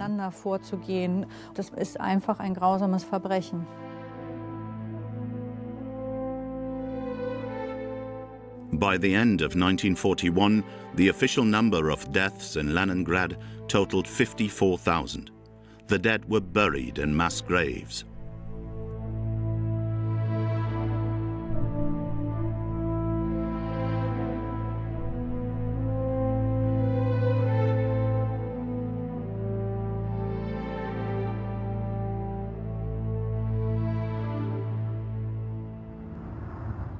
People only left their homes to go to work or to organize some food. That would have been easier had not Stalin himself prevented additional supplies being provided before the blockade.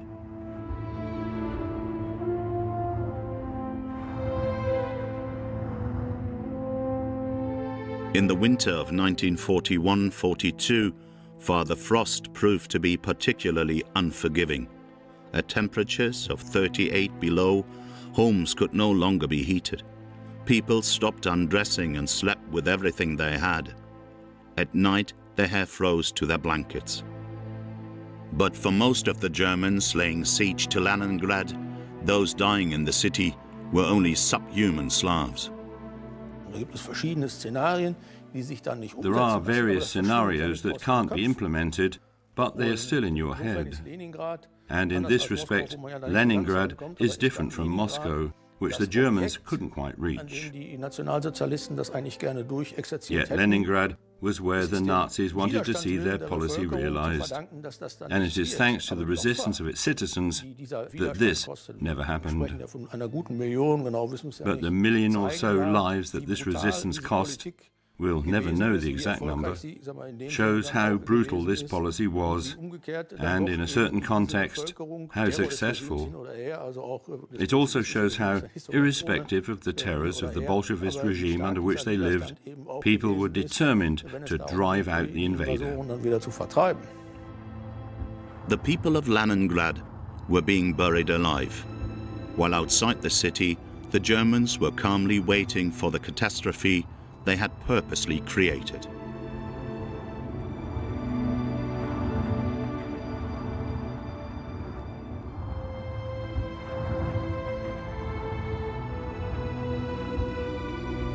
In 1942, deaths in Leningrad in January, February and March alone totaled around 300,000. It was not until the spring of 1942 that the first relief supplies reached the city. The blockade only ended in January 1944. By then, the people of Leningrad had suffered and died over a period of 872 days.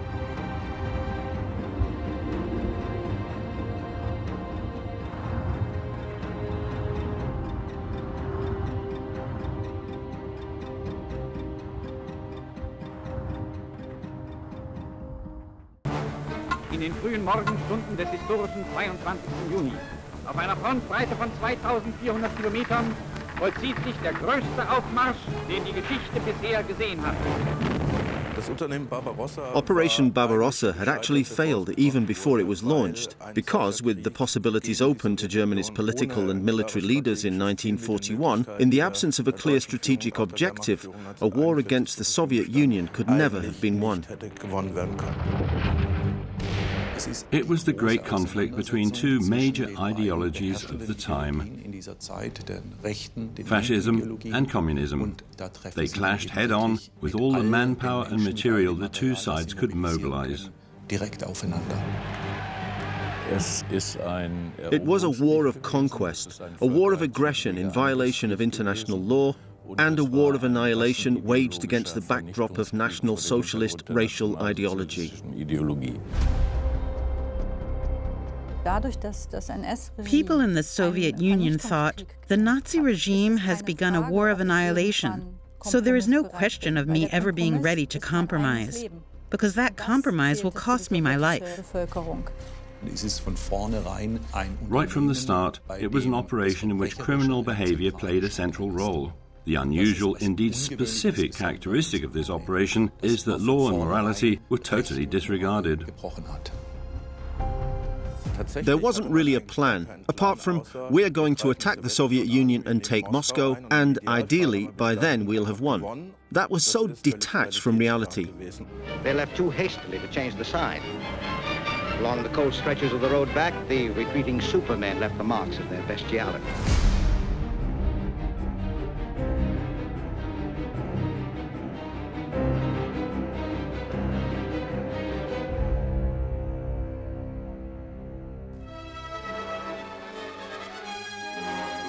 Daybreak in Moscow, June the 13th, 1942. Soviet film director Mikhail Sluky had been commissioned to document a day in the great patriotic war against Nazi Germany. A camera team took these pictures in Moscow. All signs of fear and panic have vanished, because there is no longer any danger of the Soviet capital falling to the Wehrmacht. If we believe the generals who wrote their memoirs after the Second World War, when the Wehrmacht was stopped outside Moscow and had thus failed to achieve its first major goal, taking the Soviet capital, virtually all of them realized that the war could no longer be won. Whether it had to be lost is a matter of dispute, but it could certainly no longer be won. The generals pointed out that, in the final analysis, they were having to fight a war the political leadership had forced on them. Adolf Hitler had decided not to launch any further assault on Moscow. By the spring of 1942, the Wehrmacht's armies had been re-equipped. Reinforcements had arrived, and munitions dumps were full in readiness for a major summer offensive, which, it was hoped, would see the Red Army finally defeated. After the failure to take Moscow, which was actually the Wehrmacht's first major defeat, the summer offensive played a major role in boosting morale in the ranks of the Wehrmacht. On the other hand, if it was accepted that after Moscow the war was no longer winnable, why was no alternative to a summer offensive considered? Shouldn't his military leaders have gone to Hitler and said, "We have to stop the war because we can no longer win it"? But in a dictatorship like the Third Reich, that was almost inconceivable.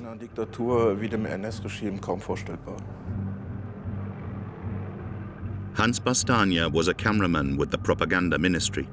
He had been sent to Russia to take newsreel footage with 35mm color film.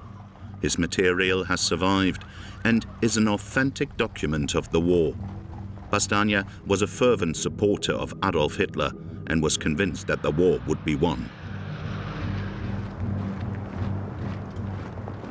The Germans drew on the experience which had led them to believe they would be successful. And initially they were. But they were facing an adversary who had learnt and who by now had brought up substantial reserves. Perhaps this had not been fully realized. What is more, we once again have that incredible Russian patriotism, that capacity for suffering, that and the declaration of a great patriotic war all came into play. With an indomitable Stalin behind them and with the will to triumph at all costs, the people were ready not just to provide the necessary forces, but also to willingly accept whatever sacrifices had to be made.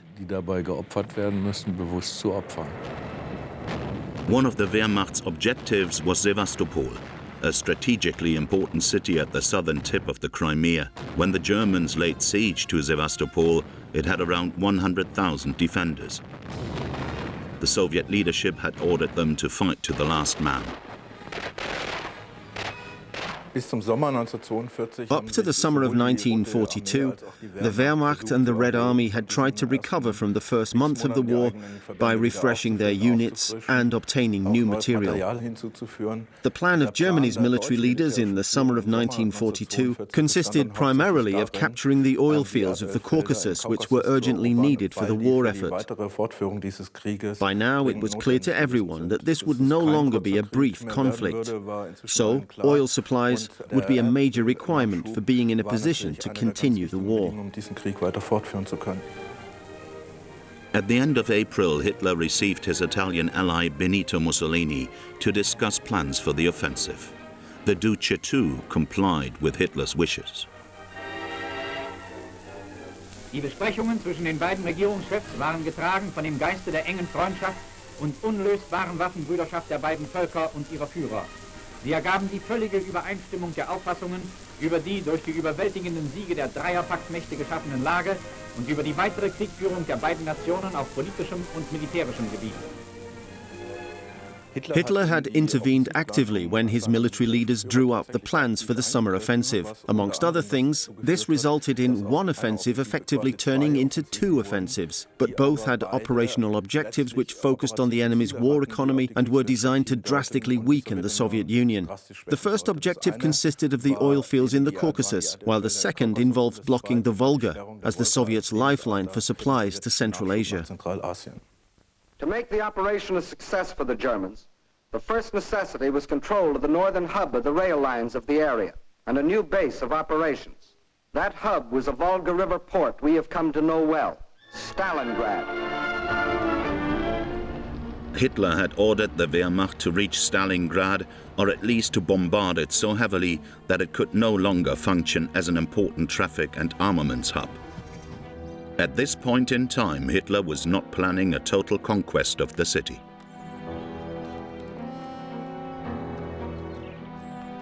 His strategy was to surprise Stalin and once again force the Red Army on the defensive. The Nazi leadership gave its full support to the plan. Hitler merkt im Grunde genommen, dass die Offensivkraft schon nicht Hitler had noticed that the Wehrmacht's offensive power was weakening. But instead of holding his troops together, and concentrating them on one objective, he began to fan out his objectives more and more. He divided Army Group South into Army Groups A and B, with A heading for the Caucasus and B for Stalingrad. Another characteristic was that the gaps were having to be filled more and more with Allied troops, Hungarians, Romanians and Italians, and they constituted precisely the weak points which the Soviets would attack later. Marshal Ion Antonescu on a visit to the front. Because of the huge losses the Wehrmacht had suffered in 1941, 500,000 Romanian troops were brought in as reinforcements. They were also involved in taking the Kerch Peninsula in the western Crimea. Operation Bastard Hunt, as it was known, was headed by Colonel General Erich von Manstein. In early July 1942, Manstein's forces finally took Sevastopol as well. In 1942, the Germans wanted to retain the initiative. One alternative, of course, would have been a peace settlement. But Hitler didn't even consider such an option. He wanted to keep attacking and focused totally on the south. He knew that having access to oil was central to Germany continuing the war. And he also knew that without oil supplies, the Soviets could no longer wage a modern motorized war. So here too, we are talking about a decision that was not primarily military, but political.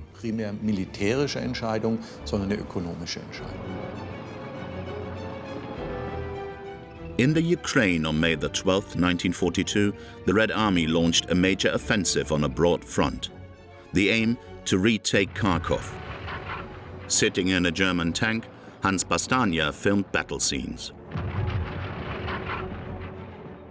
If you want to fight a longer war, you need supplies and, above all, strategic materials like oil. The German generals wanted to continue the war, so they agreed to aim for those supplies and to block the Volga, thus harming the enemy and creating possibilities for the Wehrmacht's own operations. And who knows, perhaps the German military also thought that the Soviets might even capitulate. Somewhere in the Ukraine, Hans Bastania filmed German troops as heroic warriors, their sights set solely on victory.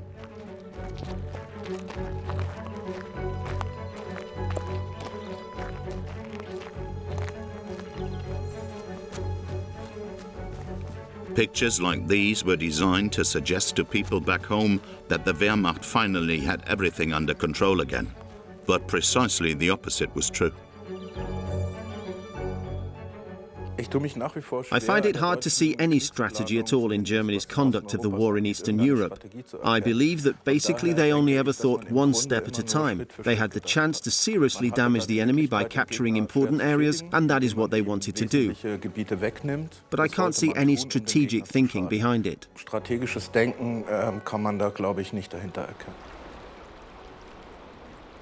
Bastania's themes were war as a source of chivalry and camaraderie. But ultimately, both were subordinated to Hitler's crazy National Socialist ideology of a master race. Many German soldiers, too, were convinced that they had a natural right to dominate the world and shape it as they saw fit.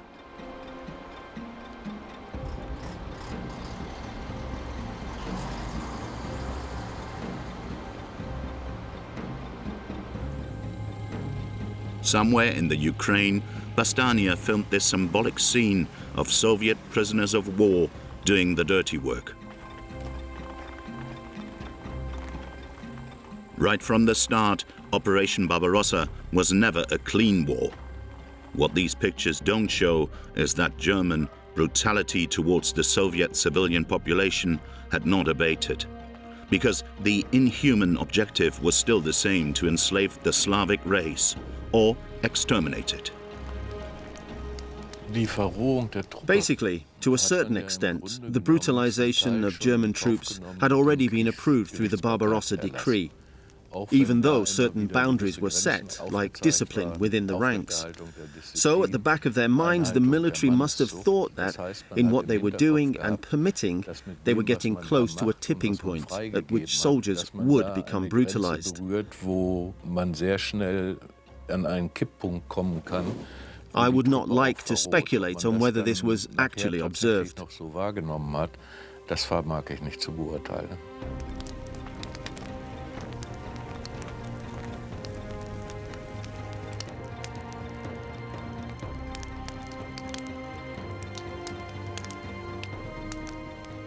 German barbarity did not fail to have an impact. Most of the men had gone to war, leaving behind a civilian population consisting of women, children, and the elderly. And they saw the masses of corpses left behind as the Wehrmacht advanced. Whole villages went up in flames. People were herded into churches, which were then torched. As a consequence of such crimes, the few remaining men withdrew from their villages and went into the forests. Partisan resistance is a major element in the history of White Russia, for instance. In the Soviet documentary, A Day in the War, by Mikhail Sluky, the partisan war was glorified as a heroic defensive struggle to prevent the invaders committing further crimes. But in reality, the partisan war was a bloody conflict that claimed countless lives. The true heroes in this fight were the women.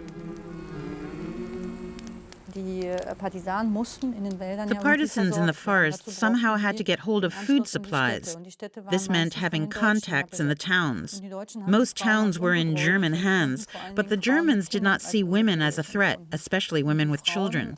And women who had joined the partisans used to go into town with their offspring and get hold of medicines, as well as spare parts for weapons, and indeed weapons themselves, and take them back to the camps. So the partisan war was an important conflict. It was a massive problem for the Germans because they could not get it under control. In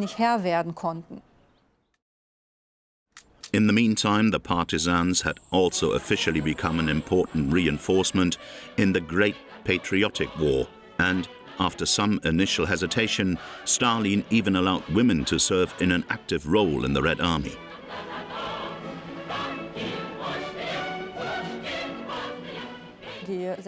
Girls who were 16, 17, or 18 years old had already grown up in the Soviet system with its ideology, its collectives, and its joint responsibility.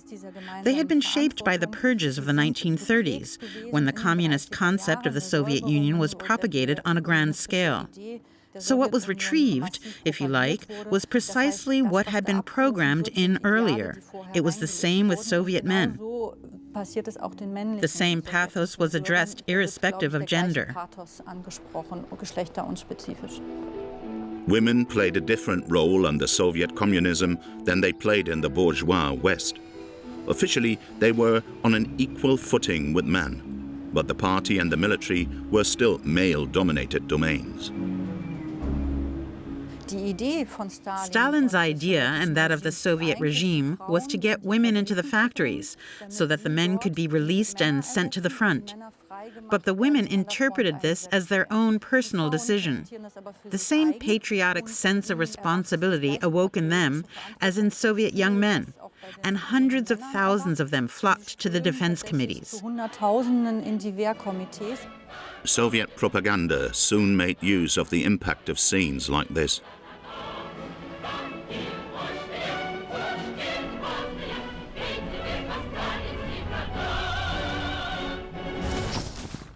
But the Wehrmacht remained an out-and-out man's world. Close to the front or in occupied towns, women could only be deployed as nurses or secretaries. The fighting was done solely by soldiers.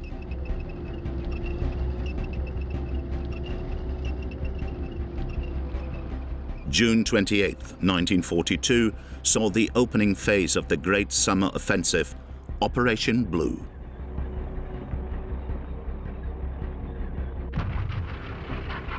The Wehrmacht was still an exceptionally powerful and also highly successful adversary. In preparation for Operation Blue, several encirclement battles had taken place in which the Wehrmacht, at least in early summer, had shown that it was still the master of the battlefield. And at first this southerly offensive, too, proved highly successful. However, the Red Army had learned to pull its troops back.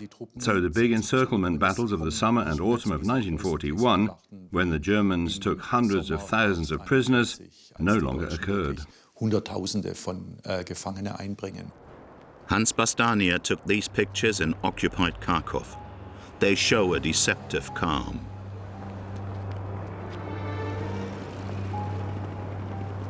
Since the spring of 1942, the Ukraine's second biggest city had been fiercely contested. After the battle for Moscow, the Red Army stubbornly tried to register another major victory.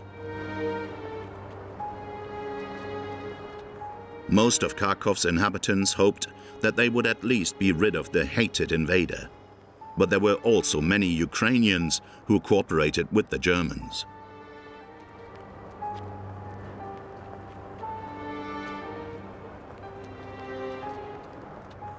The Soviet population was in a bad way. In the end, it was only the will to survive that kept people going, and to some, nothing mattered anymore. They just wanted to stay alive, or perhaps protect their children by not only failing to oppose the German invaders, but perhaps by even helping them. But Stalin made no distinctions. All collaborators, he said, would be put to death. As a deterrent, Soviet propaganda publicized scenes like this.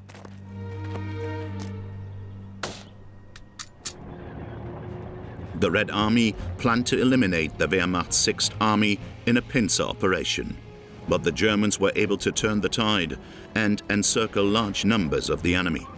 In a classic battle of annihilation, Hitler's tanks achieved one of their last great victories.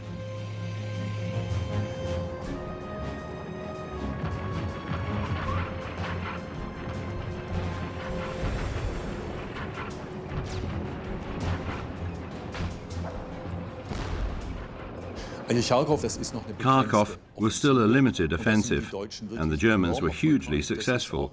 That was also in the spring of 1942, when its troops were still buoyant and the Wehrmacht showed all its ability. Stalingrad was still far off, especially the boundless expanse of the steppes which surround the city. This territory was so huge that even the Germans and their allies stood absolutely no chance of securing it. And there was not only this expanse, to the south of it lay the Caucasus.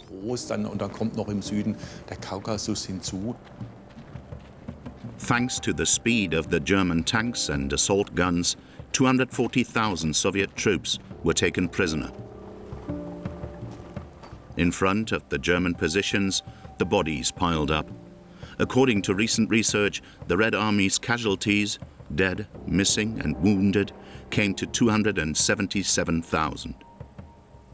In addition, 652 tanks and 1,646 guns were destroyed. This second battle for Kharkov was a serious blow to the morale of the Red Army. The Germans were exultant. Now, even those generals who had been skeptical marveled at Hitler's perseverance strategy. But Operation Blue was marked by German arrogance, which soon would have dire consequences.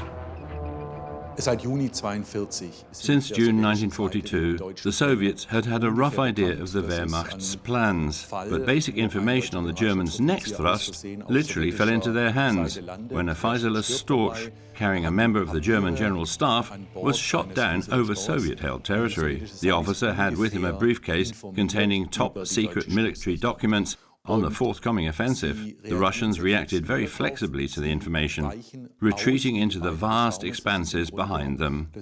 Basically, it was exactly what Kutuzov had done with Napoleon in 1812. And they waited until the German front was so overstretched that it was relatively easy to penetrate.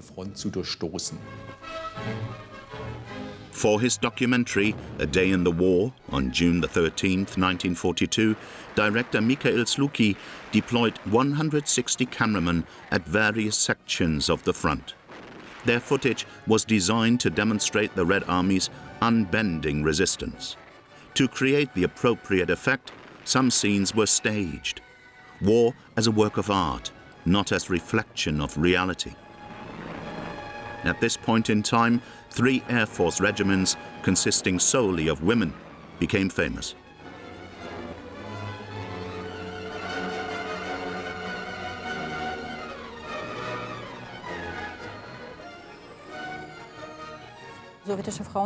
Soviet women gained notoriety as pilots because they were so daring. German propaganda described them as the witches of the night. So as not to be discovered, they would switch off their engines and lights and fly so low that German machine gun fire would have brought them down with ease.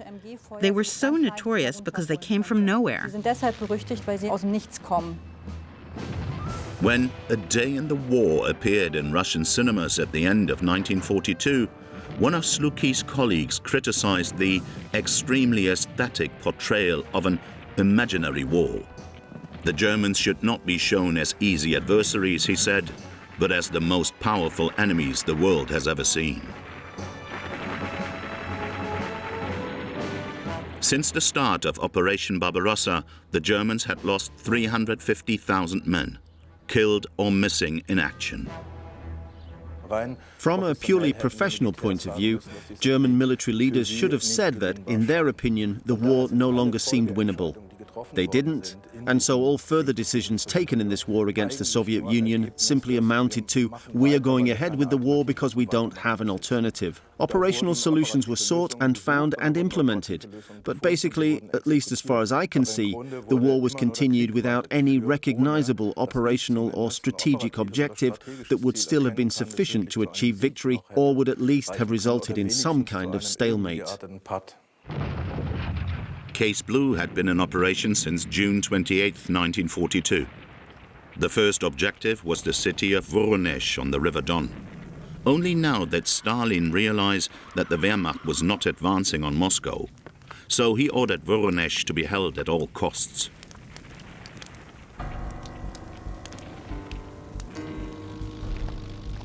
Arrival at the Führer headquarters of German armaments industrialists Hermann Röchling, Alfred Krupp, and their colleagues. They had been invited by the new armaments minister Albert Speer to finally solve the Wehrmacht supply problems. Speer demanded an immediate increase in output, and the industrial leaders promised to reorganize the production of weapons and ammunition. But it was all too late.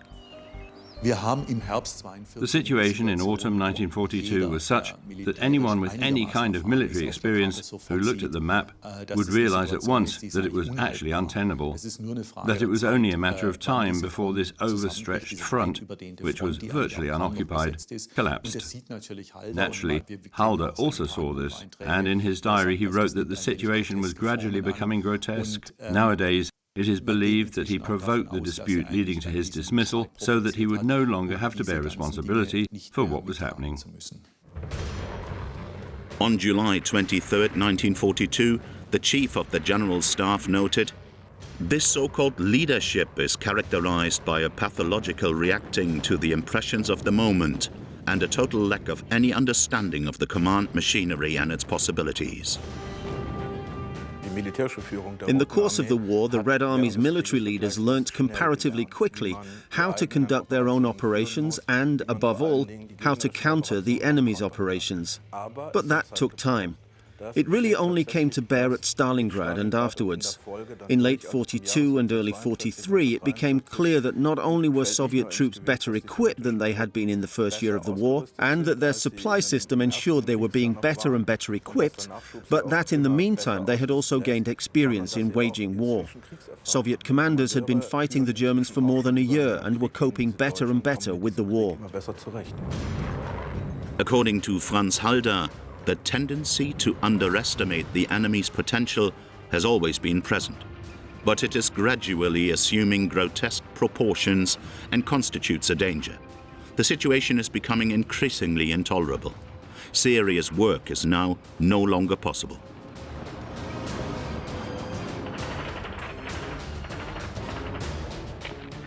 The Red Army was proving dogged and relentless.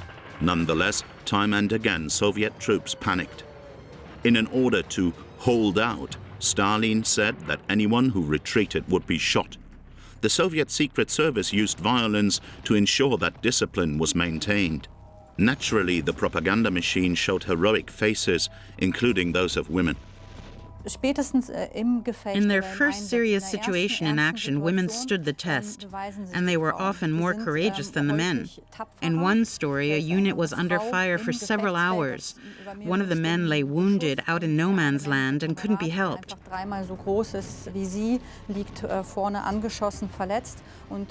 It's soul-destroying having to watch someone slowly bleeding to death and being unable to do anything about it. But there was this one woman who inched her way forward on her stomach over 3 hours while constantly under fire.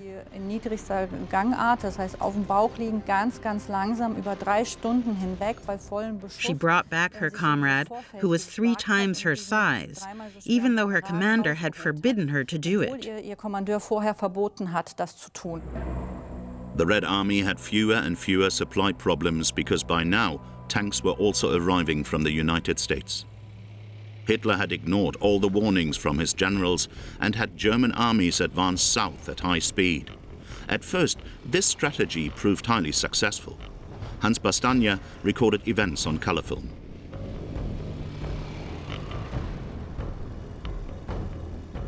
Das deutsche Vorgehen ist Basically, the German approach was still the same. The Wehrmacht was even more motorized and enjoyed success. The problem was that the Soviets were now reacting a lot more flexibly. And that is actually the point at which German thrusts often came to nothing. The Wehrmacht's diminishing successes showed that its strength was basically spent. On the other hand, it speaks volumes for the discipline of its soldiers, who kept going, even though they noticed that they were enjoying less and less success.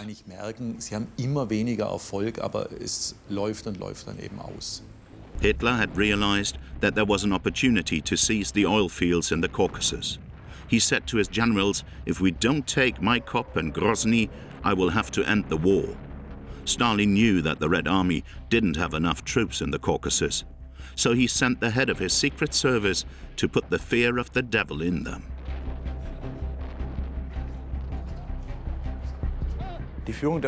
Red Army leaders were under double pressure. Obviously, there was the military foe, the German aggressors and their allies, but then there was also Stalin himself. He had already taken drastic measures in response to initial defeats at the start of the war. He'd had army commanders sacked, arrested and shot. Consequently, the lives of Soviet military commanders were also always at risk from within their own ranks, so to speak. And where Stalingrad was concerned, for Stalin there was also the psychological importance of the city named after him not falling into German hands. Anyone who holds Stalingrad can blockade the Volga. The river was one of the Soviet Union's supply routes, which basically ran from a Persian corridor to Central Asia. So Stalingrad was clearly a military operational objective. As an armaments and traffic hub, Stalingrad was only supposed to be neutralized, but Hitler then ordered the Sixth Army to take the city at all costs. Further north, the Nazi pincers were within 15 miles of Stalingrad. This city had become the focal point of the whole campaign. Regardless of the cost, Stalingrad must be captured. Those were the German orders. A few months previously, Friedrich Paulus had been appointed commander-in-chief of the Sixth Army. The general who had helped to plan Operation Barbarossa warned Hitler that a force of 300,000 men would not be enough to take the city. Stalingrad war ein Prestigeobjekt. Stalingrad was a prestige object, not only for the Soviets, but also for the Germans.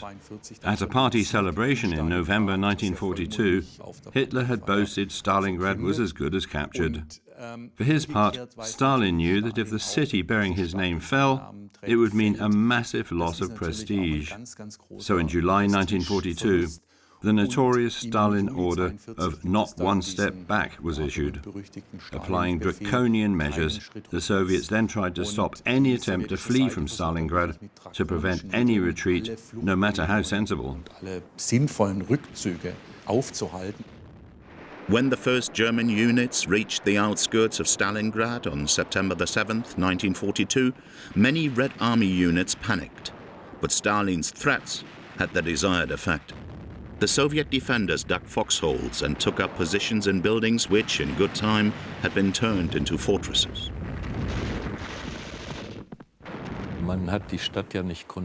The Germans never had control of the city.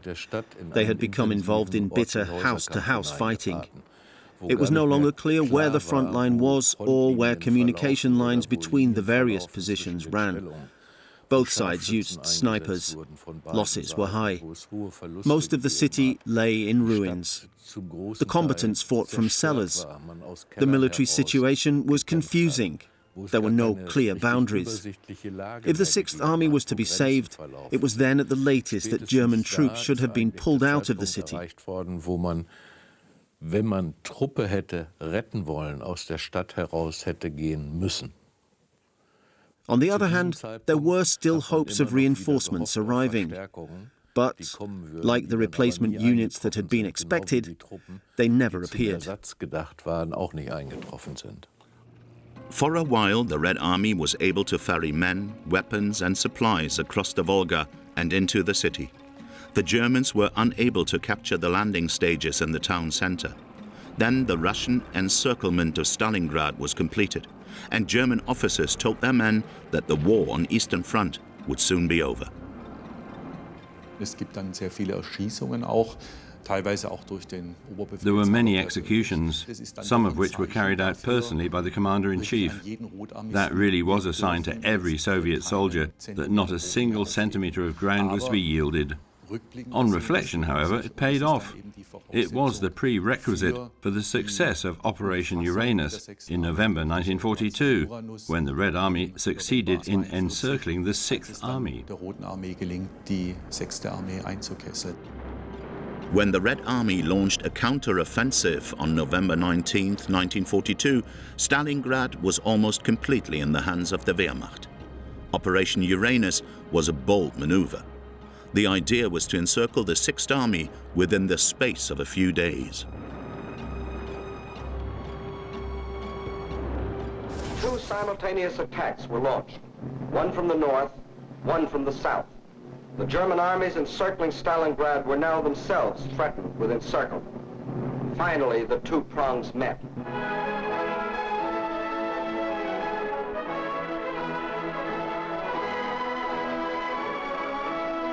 These battle-hardened soldiers of the Northern Army and soldiers of the Southern were emotional as children as they greeted each other. They knew this meeting meant the salvation of Stalingrad and of their country. Hitler's risky venture had failed. More than 330,000 men were caught like rats in a trap.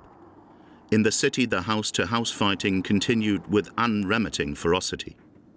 Now, it was the Germans who were being urged to hold out and fight to the last bullet. Camaraderie is one of the pillars of every army, of course, along with motivation and solidarity. And in extreme situations, camaraderie is extremely important. We know from wounded soldiers who were flown out of Stalingrad that they left with mixed feelings. They felt guilty at leaving their colleagues in the lurch. So camaraderie is particularly prominent in life or death situations. When life itself is at stake, it's a massive pillar of solidarity. Ein ganz großer Pfeiler für den Zusammenhalt. Frontline experience is definitely something that welds people together. And when you go through an extreme situation with someone, psychologically, it has a bonding effect. On November the 24th, 1942, Hitler decided that the troops encircled at Stalingrad would be supplied from the air.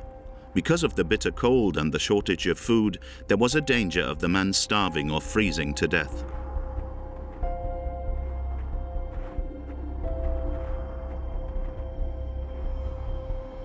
In view of the poor supply situation for his troops, General Paulus wanted to attempt a breakout, but Hitler wouldn't hear of it. Where planning a war against the Soviet Union was concerned, Paulus was the classic technocrat. He implemented what he was ordered to, so he tried to devise the best possible plan that would work militarily. With regard to Stalingrad, he had a clear order, which he implemented as he had been told to. He had certain doubts as to whether everything would work out the way he imagined, but not even the Führer's orders, and in the end, not even promotion to field marshal, were sufficient for him to remain loyal to Hitler and hold the city, come what may. Because the air bridge failed, the lack of food, fuel, ammunition, and heating and medical material was so serious that the Sixth Army became practically immobile. Shortly before Christmas, Paulus hoped that help would soon come from outside.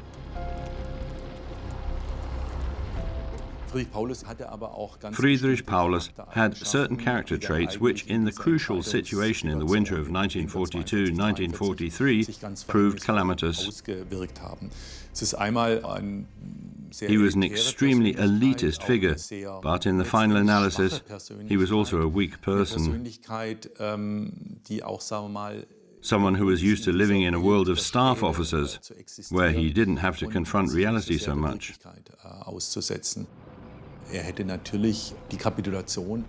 Naturally, he should have offered to surrender, not only to put an end to the fighting, but also because then the hatred potential of the Soviets would have been far less. After all, they had had to fight in the ruins for weeks on end, so their readiness to treat German prisoners badly rose from day to day.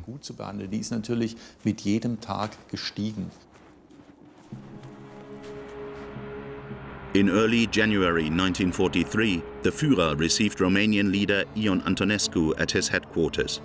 Hitler made the Romanians mainly responsible for the precarious situation the Sixth Army was in.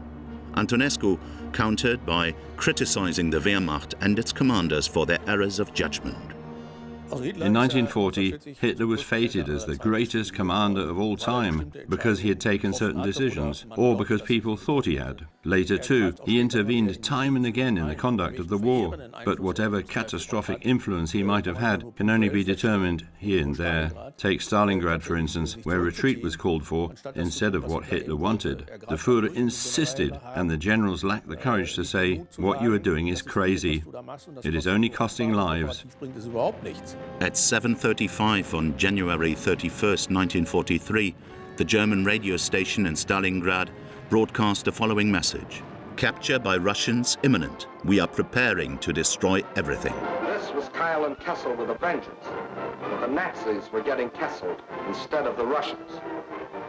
And on February the 2nd, 1943, after 162 days of the heaviest fighting in the history of warfare, the last shot was fired. Peace came to Stalingrad.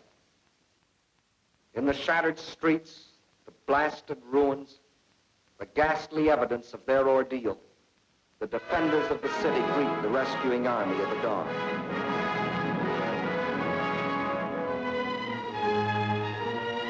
Stalingrad is free. The Nazis had capitulated. Friedrich Paulus surrendered. A few days previously, Hitler had promoted him to the rank of field marshal, expecting that he would commit suicide.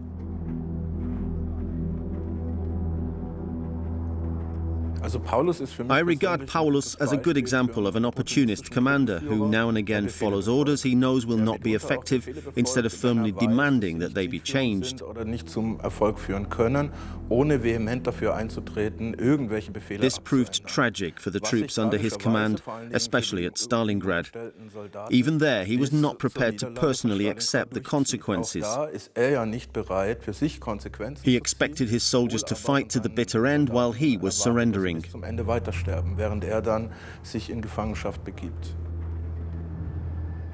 On February 3rd, Greater German Radio broadcast a special report. Under the outstanding command of Field Marshal Paulus, it said, the Sixth Army fought to the last man, finally succumbing to overwhelming odds and unfavorable conditions. Symbolically, it was an incredibly important victory for the Red Army and a massive spur to the motivation of its soldiers.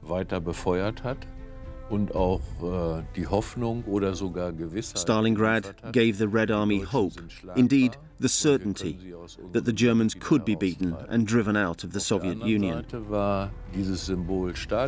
For the Germans, Stalingrad was a major defeat and was perhaps seen as the psychological turning point of the war. However, the start of the Soviet counteroffensive outside Moscow was actually the beginning of the end for Hitler.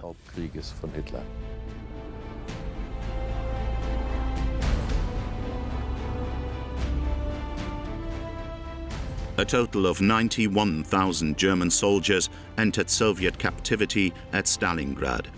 Against his better judgment, propaganda minister Goebbels had the news spread that no one had survived. At Stalingrad, the Wehrmacht lost an entire army for the first time. As we know, on the home front, the news came as a massive shock.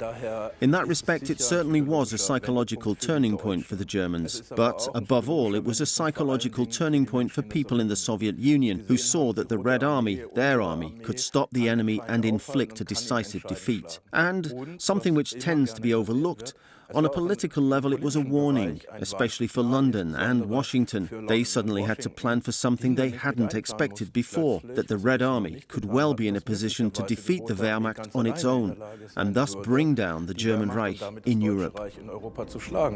Operation Barbarossa was intended to show the world the superiority of the German master race, but Hitler and his soldiers only succeeded in underlining their desire to destroy and the criminal nature of the National Socialist regime.